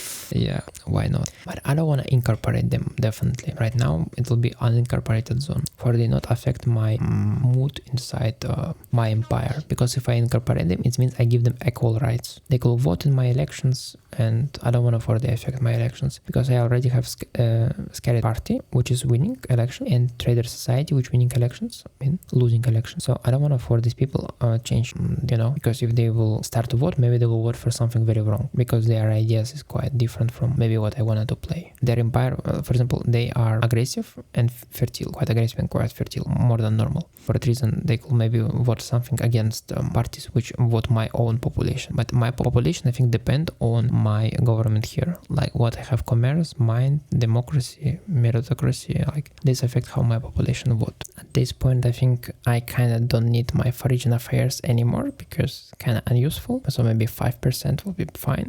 And now I need to give again like speech and everything. So now maybe I wanna try to do more, let's say, more interesting gameplay for you. So I think you saw how we start to play and how we're playing. And right now I think what I wanna do maybe more interesting thing for you. And meaning that I will not show how I will play, but I will show you big events, what will happen. Because you see what happened already. Like we're attacking someone, we're trying to protect our territories, protect our logistics. We're trying to kill monsters, kill raiders which are attacking our territories right now, invading our territories. Okay, wonderful, we destroyed these people completely. It's very, very good. You see what is going on, like some monsters try to invade here and we need to try to defense against them as well. It's like, it's a repeatable gameplay, Of course, I will discover maybe some new technologies and it will be different, but especially in these moments, I will show you, I will discover something interesting, but I will not show you definitely what I'm doing right now with population happiness and others. For example, new organization, sooner or later I will create new organization, but I will not show you this because I think you understand how it works. Like you are emperor and you have a lot of things what you need to do, or president in this case, and you must develop your military. For example, we now finish the development of tank and we will build a tank, and I will show you our model, which is here, light armor tank crusader. Yeah, this is our tank which we created. It's a little more worse than we expected because it's first tank, it's normal. So plan will be protect zones, probably kill some enemies with my tanks, and if something else happen, I will show you, right? As you can see, we have 11 credits only in private funds, and they have 1000 adept to traders, and we can use private investment card and execute on our capital, and it will give very bad roll. In reality only 19, and we will attract 471 credits into our private economy, which is not a lot, but it's something, and our population will use this money for continue construct new buildings. As you see, they start to construct already hospice and museum, so they're trying to develop society and develop civilization, develop culture, because if you want to build, for example, bureaucratic offices level 2, you must have civilization level 2, and the civilization level depend on amount of your services which is city getting. So it's housing, security points, education, entertainment points, and private economy creating, because they're selling these services for money. You could do this as government as well, but we're not doing this yet. And maybe I should admit to something. Technically, what I'm doing in this game exactly here, I not like, because it's very a lot micromanagement. And if you know me, because I played very lot time in Victoria Free. Victoria Free is about macro management, right? You manage your economy and etc. And here you have some raiders, or like for example, now we have slavers. We have some slavers which enter here and try to attack our capital. We need to send our troops here and cut them and kill them. And this is gameplay which you're getting while you're playing in a planet with very low population, enormous population. And this is not bad gameplay, this is very interesting gameplay, but it's very long. For finish this game, it could took approximately, I think, about 100 hours. And it's not a joke. 100 hours to finish one campaign. I mean, or even more maybe. Because once you will go to war with something big regime, you can imagine that they will have same amount of troops as you, and you will have same amount of troops of them. And you will have very a lot of these regimes here, and you will still fight in between each other. So it's very a lot of micromanagement, I must say. And I don't like this type of game when I have so lot micromanagement. For that reason, I have something better. I will what's the point? Point is that you already saw how this game works. You saw how you conquering cities, you developing new technology, and you adopt this technology. Of course, you not saw how works artillery. You not saw how work missile launchers, rocket launchers, how work air force, and many things you not not saw, to be honest. You not saw how economy development works. So I want to show you this, but I want to create something better for me, a lot better game than this. I will create game. I will create a world where exists very little population, super little amount of population, and because of this, I will have very little problem with these slavers, raiders. They will not produce me problems as they produce me now. Okay, I know, guys, it's very weird that in middle of video I like, okay, now I will show you overgame. So, I mean, it is how it is, right? Okay, I created overworld, and in this world I already played quite a lot of time, and you could see world map. We have still some non-aligned forces, like it's murders, like nomads, raiders. They still live in this desert. But I have here as well a couple big major regimes. I had 6 major regimes, and if you see here, this is, we will call this green major region, we will call this yellow major region, because I don't want to pronounce these names. They are very weird, I don't like them. So they appeared somewhere here in north, and they conquered and destroyed one region in south. Yellow also developed and destroyed this region, so this blue region was quite big. We all started the same size in reality, but this blue was destroyed completely by them. And also, as you see here, very huge concentration of cities in northeast of green. It's because also here was one major regime, and this major regime destroyed this regime completely. So if we go to check, for example, victory points, you see that we had one Neomancia, 1/6 regime, and he had now 0 population. Why he have 0 population? Because this yellow regime completely destroyed him, and this blue regime has population. They have 3% of world population. Yeah. So also here in north was exists over regime, which is light yellow, as you see the difference between this regime and this regime. And this regime was also very heavily destroyed by yellow. So now in the world exists only technically 4 regimes, like green regime, yellow regime, light yellow regime, and me. And this light yellow regime will be probably destroyed very soon, like no doubt about it. So we will compete for world domination. I am decided to name myself Zegala Empire here, because Zegala was, I think, the name of my city where I appear, so it was for that reason named Zegala. It's not has any meaning in real life. As you see, I controlling 35.6% of population, but I controlling only 8% of planet. And this is happening mostly because of incredible amount of slaves. Yes. Like I can call my governor and say I want a slave trader, and I have slave trader in my own capital, and this slave trader are selling to me people. He probably catch these people from nomads, from raiders, and or from other countries, because it's very big wars between major regimes in north, as you remember I told you before. So we have a lot of people, so probably these traders took these people from them, and I could buy these people. So I click and buy 2,000 population, which improve my commerce, and I get 2,000 people for money, and I can do this every turn, and I do this in reality every turn. So for that reason, my capital right now already has 359,000, almost 500,000, and I created one rock valley here. Main purpose of this city was because I wanted to access metal. Here was metal, as you see, and I'm mining metal here, 800 metal per turn, like enormous amount of metal, and it was very far from my city, and I will get administrative penalties, like very huge penalties. For that reason, I was forced to construct a new city. It's worked this way, and I was very long time just ignoring my enemies here, like literally I just saying like I don't care about you, I don't care about you, and after like he started annoying me, right, and I just go to attack, and I destroyed quite a lot of his armies and pushed border quite hard, and I conquered one of his cities. It's, by the way, it's quite funny example what happened here. It's like in this city was kind of was war. At the moment I go here and say zone orders. I need to increase salary of my workers here and allow emergency food, definitely. Regular zone, I'm not sure about this. So it's the same interface as we was in our place, in our game, and I just conquered this city. Alright, fine. We have some independent rallies there. Our troops failed. We lost 200 troops and 700 militants were killed. Well, it's sad that they kill our people there, but it's fine.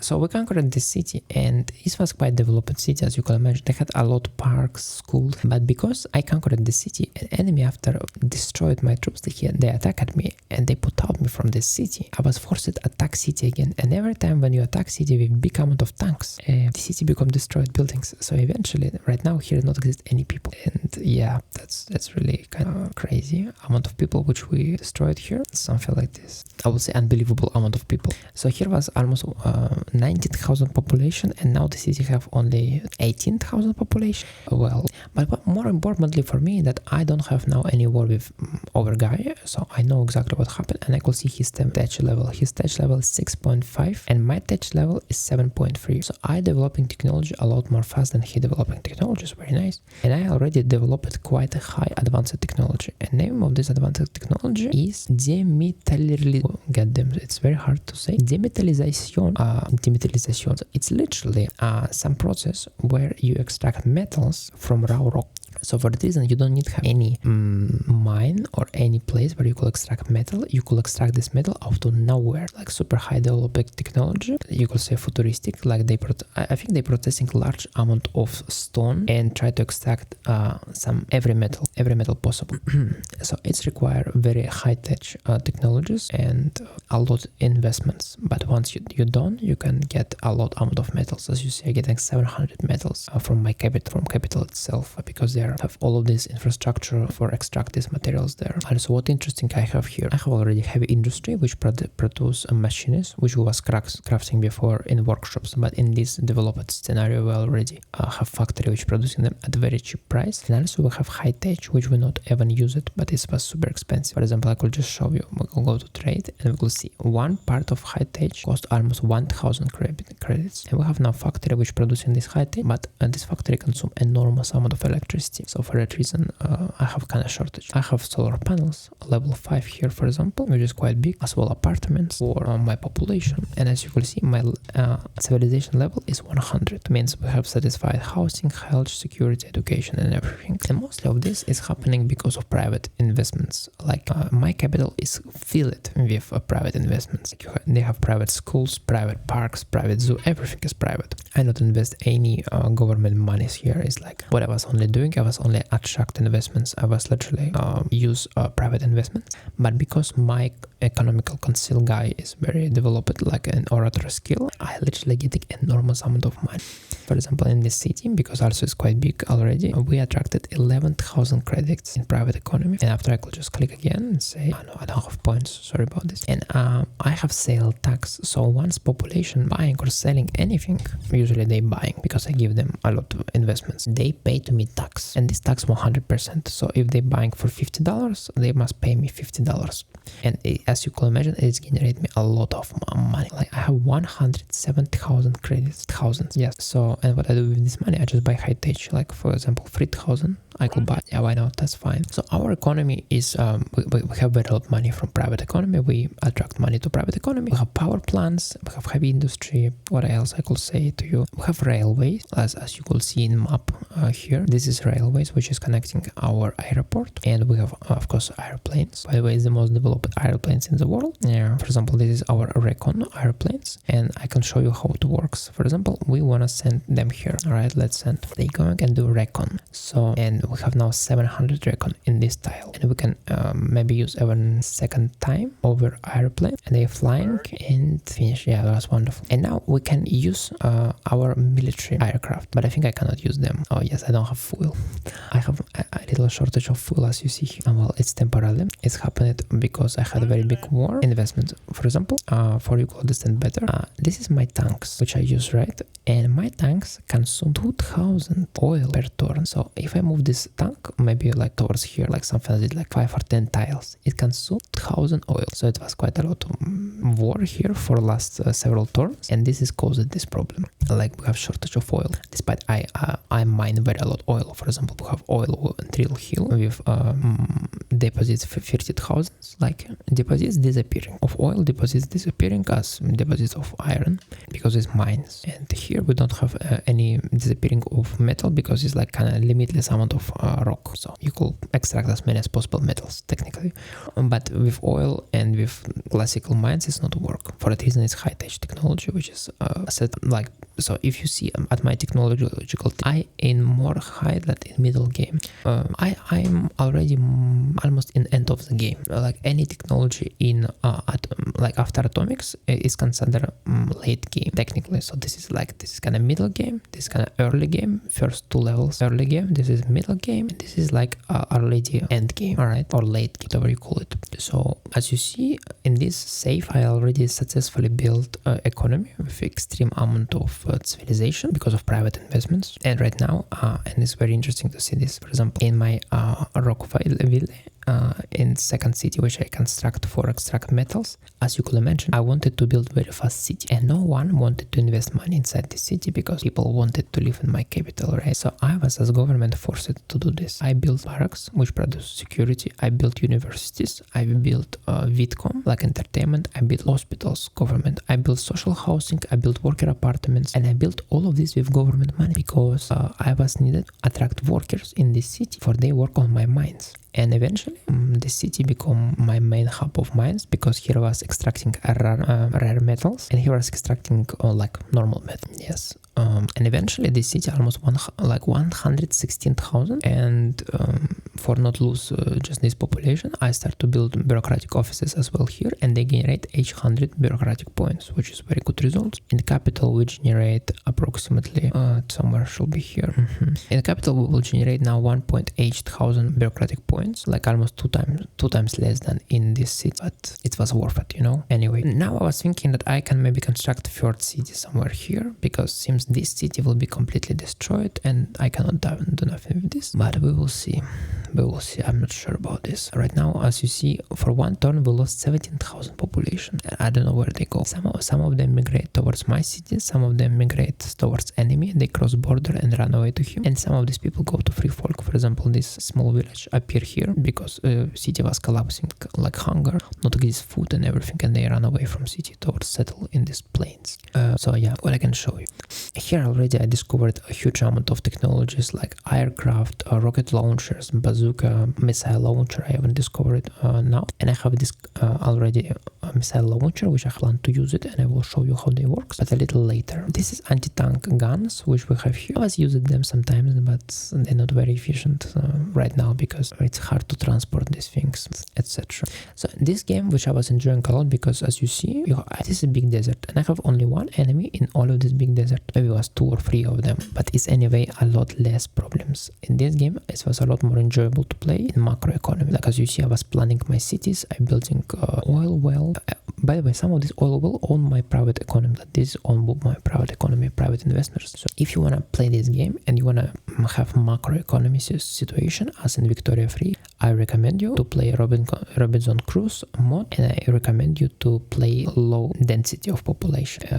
So for you could enjoy this game more. If you ask me, now I can discover some launcher which will I think destroy airplanes of enemy, like the very powerful anti-air protection. So I will just let my model console just discover it. And how aviation work, well, we took just aviation, right, air attack, and we select our fighter bombers. This is fighter bombers which has heavy rockets, I believe, or medium rockets, and Gauss heavy machine guns. So they're quite efficient, and we can send them, I believe, here. Yes, because these people now trying to push my front line, and I don't like it. So especially this tank will be very nice if we attack them. And this starts very rough. Enemy cannot do nothing because they don't have any anti-air. Do you know why they don't have anti-air? Because all their airplanes were located in their city, which I conquered. So now they don't have any air bases near, as far as I know. For that reason, they don't have any protection, like any fighters fighting back or whatever. So just kill 10 tanks of enemy and destroy their morale and readiness, and it will definitely slow down their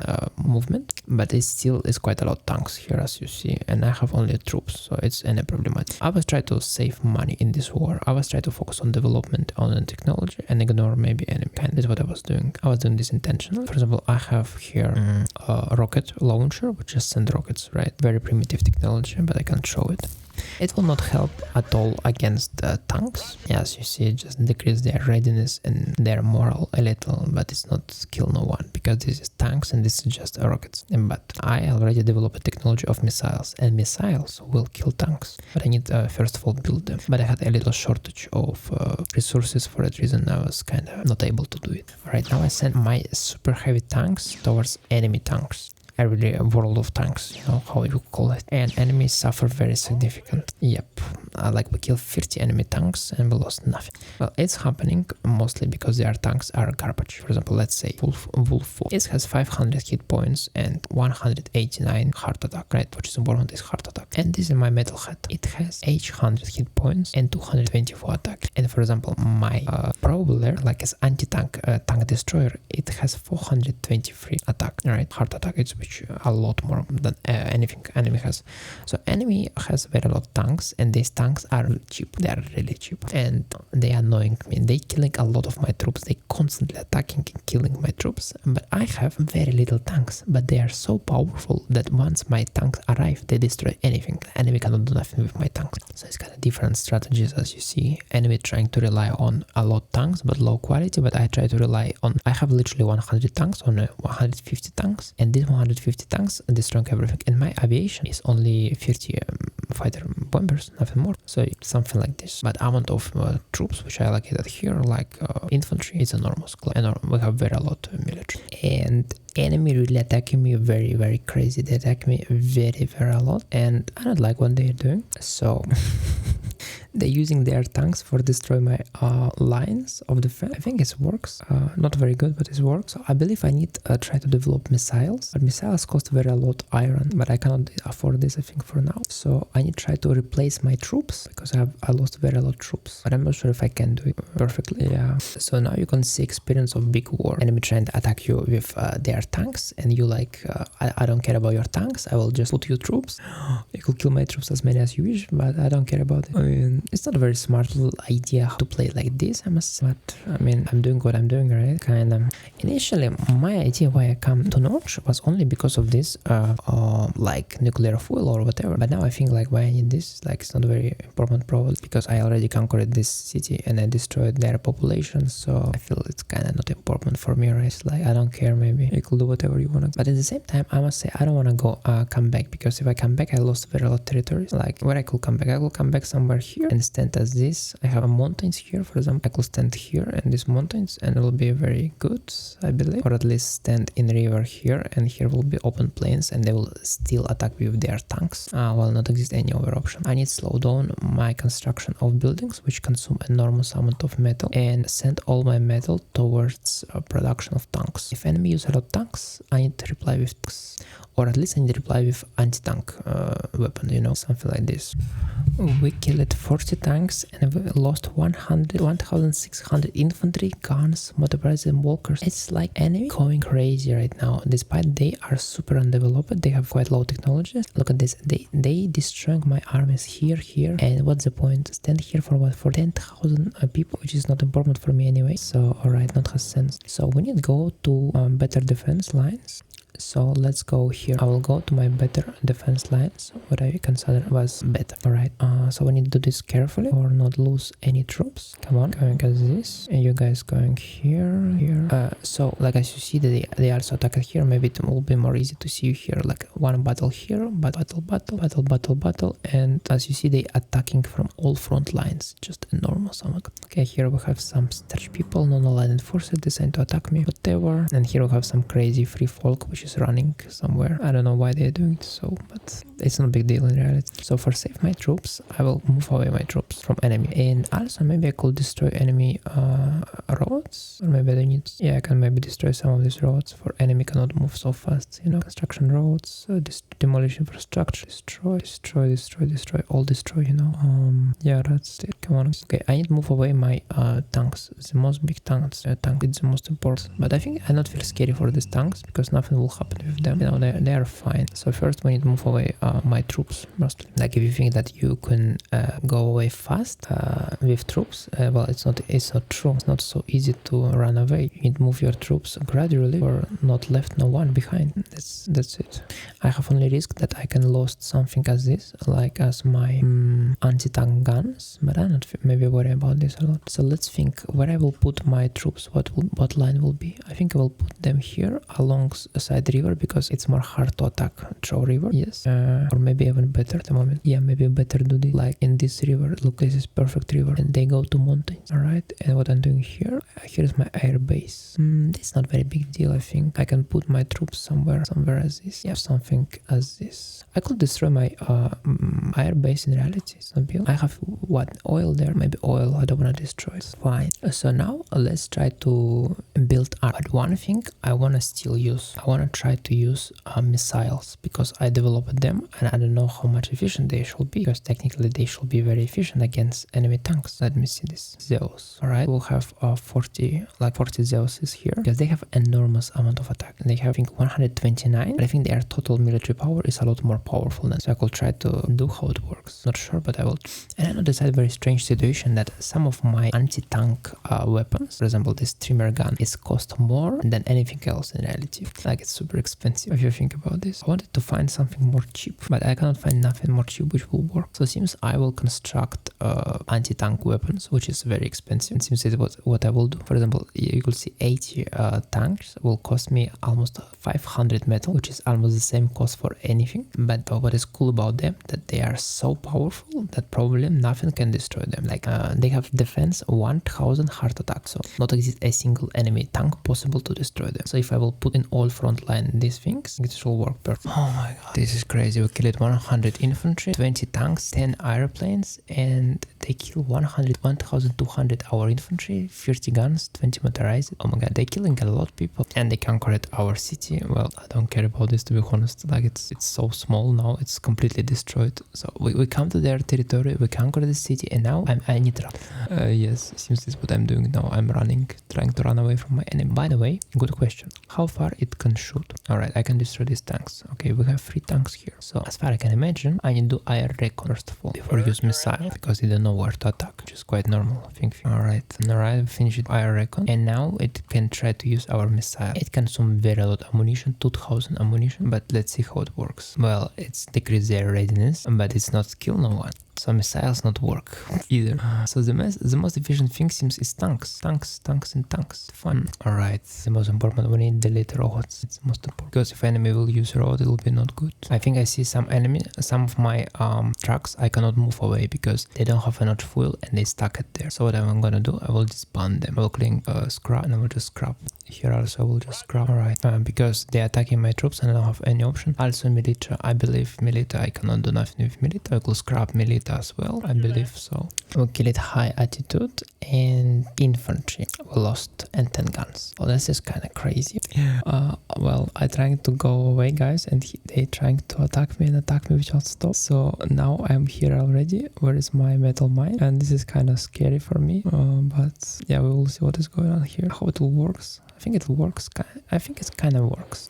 Enemy never attack my troop where it's located my anti-tank guns. They never attack this. I think they feel scary of them. That's what I think, and I think it's true. Like it's kind of dangerous for them to attack. As far as I couldn't understand this, so I need to put my rise formation anti-tank here, I believe. Yes, and maybe one anti-tank here. And that's how they are attacking me as well here, so I need to be kind of more careful here. Yeah, what I could say, guys, it's kind of harsh situation, very harsh situation. But this front line full of anti-tank guns already, so I don't feel scary. I feel scary only about this type of front line because it not has any protection and probably will not have any protection for a long amount of time. So yeah, I'm kind of scary about this. But what I need to do, maybe I need to buy a second more military forces here. I don't know what to do, to be honest. I could build more anti-tanks here, like second anti-tank here, and bring my troops here for they protect this. Kinda should work like as this. I don't know what I'm doing, trying to survive. That's how I was winning in this game in reality. I conquered 7 cities, but everything go wrong. I don't know why. It's not was so bad in past as it now. Yeah. But at least what is nice that I have anti-tank guns, which not rely absolutely on oil. So even if I run out of oil, I always can just, I don't know, kill someone, whatever. I mean, so I trying to use my aviation or kill enemy tanks, but they have quite powerful tanks, which I think maybe I cannot destroy. My airplanes are not able to destroy them because they are very developed tanks. Standard 2, yeah, for example, it has 1100 defense points against hard attacks, which is incredibly hard, I think. So I can try to do it, but I think nothing happened. Yeah, they just retreat and nothing happened. Well, that's sad, but I guess it's normal. It's like, seems it was not very smart idea to try to run away, because I was told that enemy will not build so fast logistic supplies, but they are doing this, they are building super fast logistic supplies, and they pressing me and pressing, and I think they have a very good hole here, and I think I will not be able to counter attack this, like almost. I mean, I can try to do it, but it will be probably not very efficient as far as I could see. Yeah, probably something like this. So what enemy doing? Enemy is very good, right? They attacking me with airplanes, and they are smashing me with their tanks and others, and it's become a lot more hard than I expect. So maybe one of the options which I can do, I could try to encircle my capital as this and try to survive. But I don't think it will work maybe so good. Oh my god. Yeah, guys, I don't know.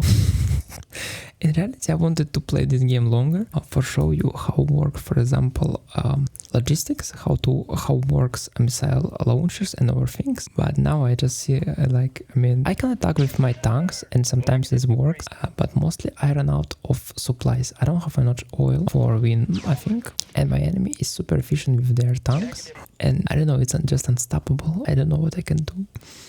So I think I will finish my game here. I don't want to play anymore. I spent on this game already many days. So maybe, yeah, I will play this game next year, maybe. It's like, oh my god. They destroyed me so hard. Like, we have here probably a hole, and they will enter and conquer my second city, and yeah, disaster. But from population perspective and technology, I was winning. If I will be able to get nuclear technology a little more fast, I will destroy them probably. But I was not able to get nuclear technologies, and I was not investing much money. Also, my robotic soldiers was here. If I will spend a little more time, I will get the robotic soldiers, and they will destroy them. Yeah. Okay, guys, I don't know if you enjoyed this or not. I just wanted to share with you this game. I think it's very deep and a very interesting game. And if you want to spend 50 or 100 hours to study how to play this game, I think you can enjoy to play this game. Name of this game is Shadow Empire, right? So, okay, bye-bye, guys.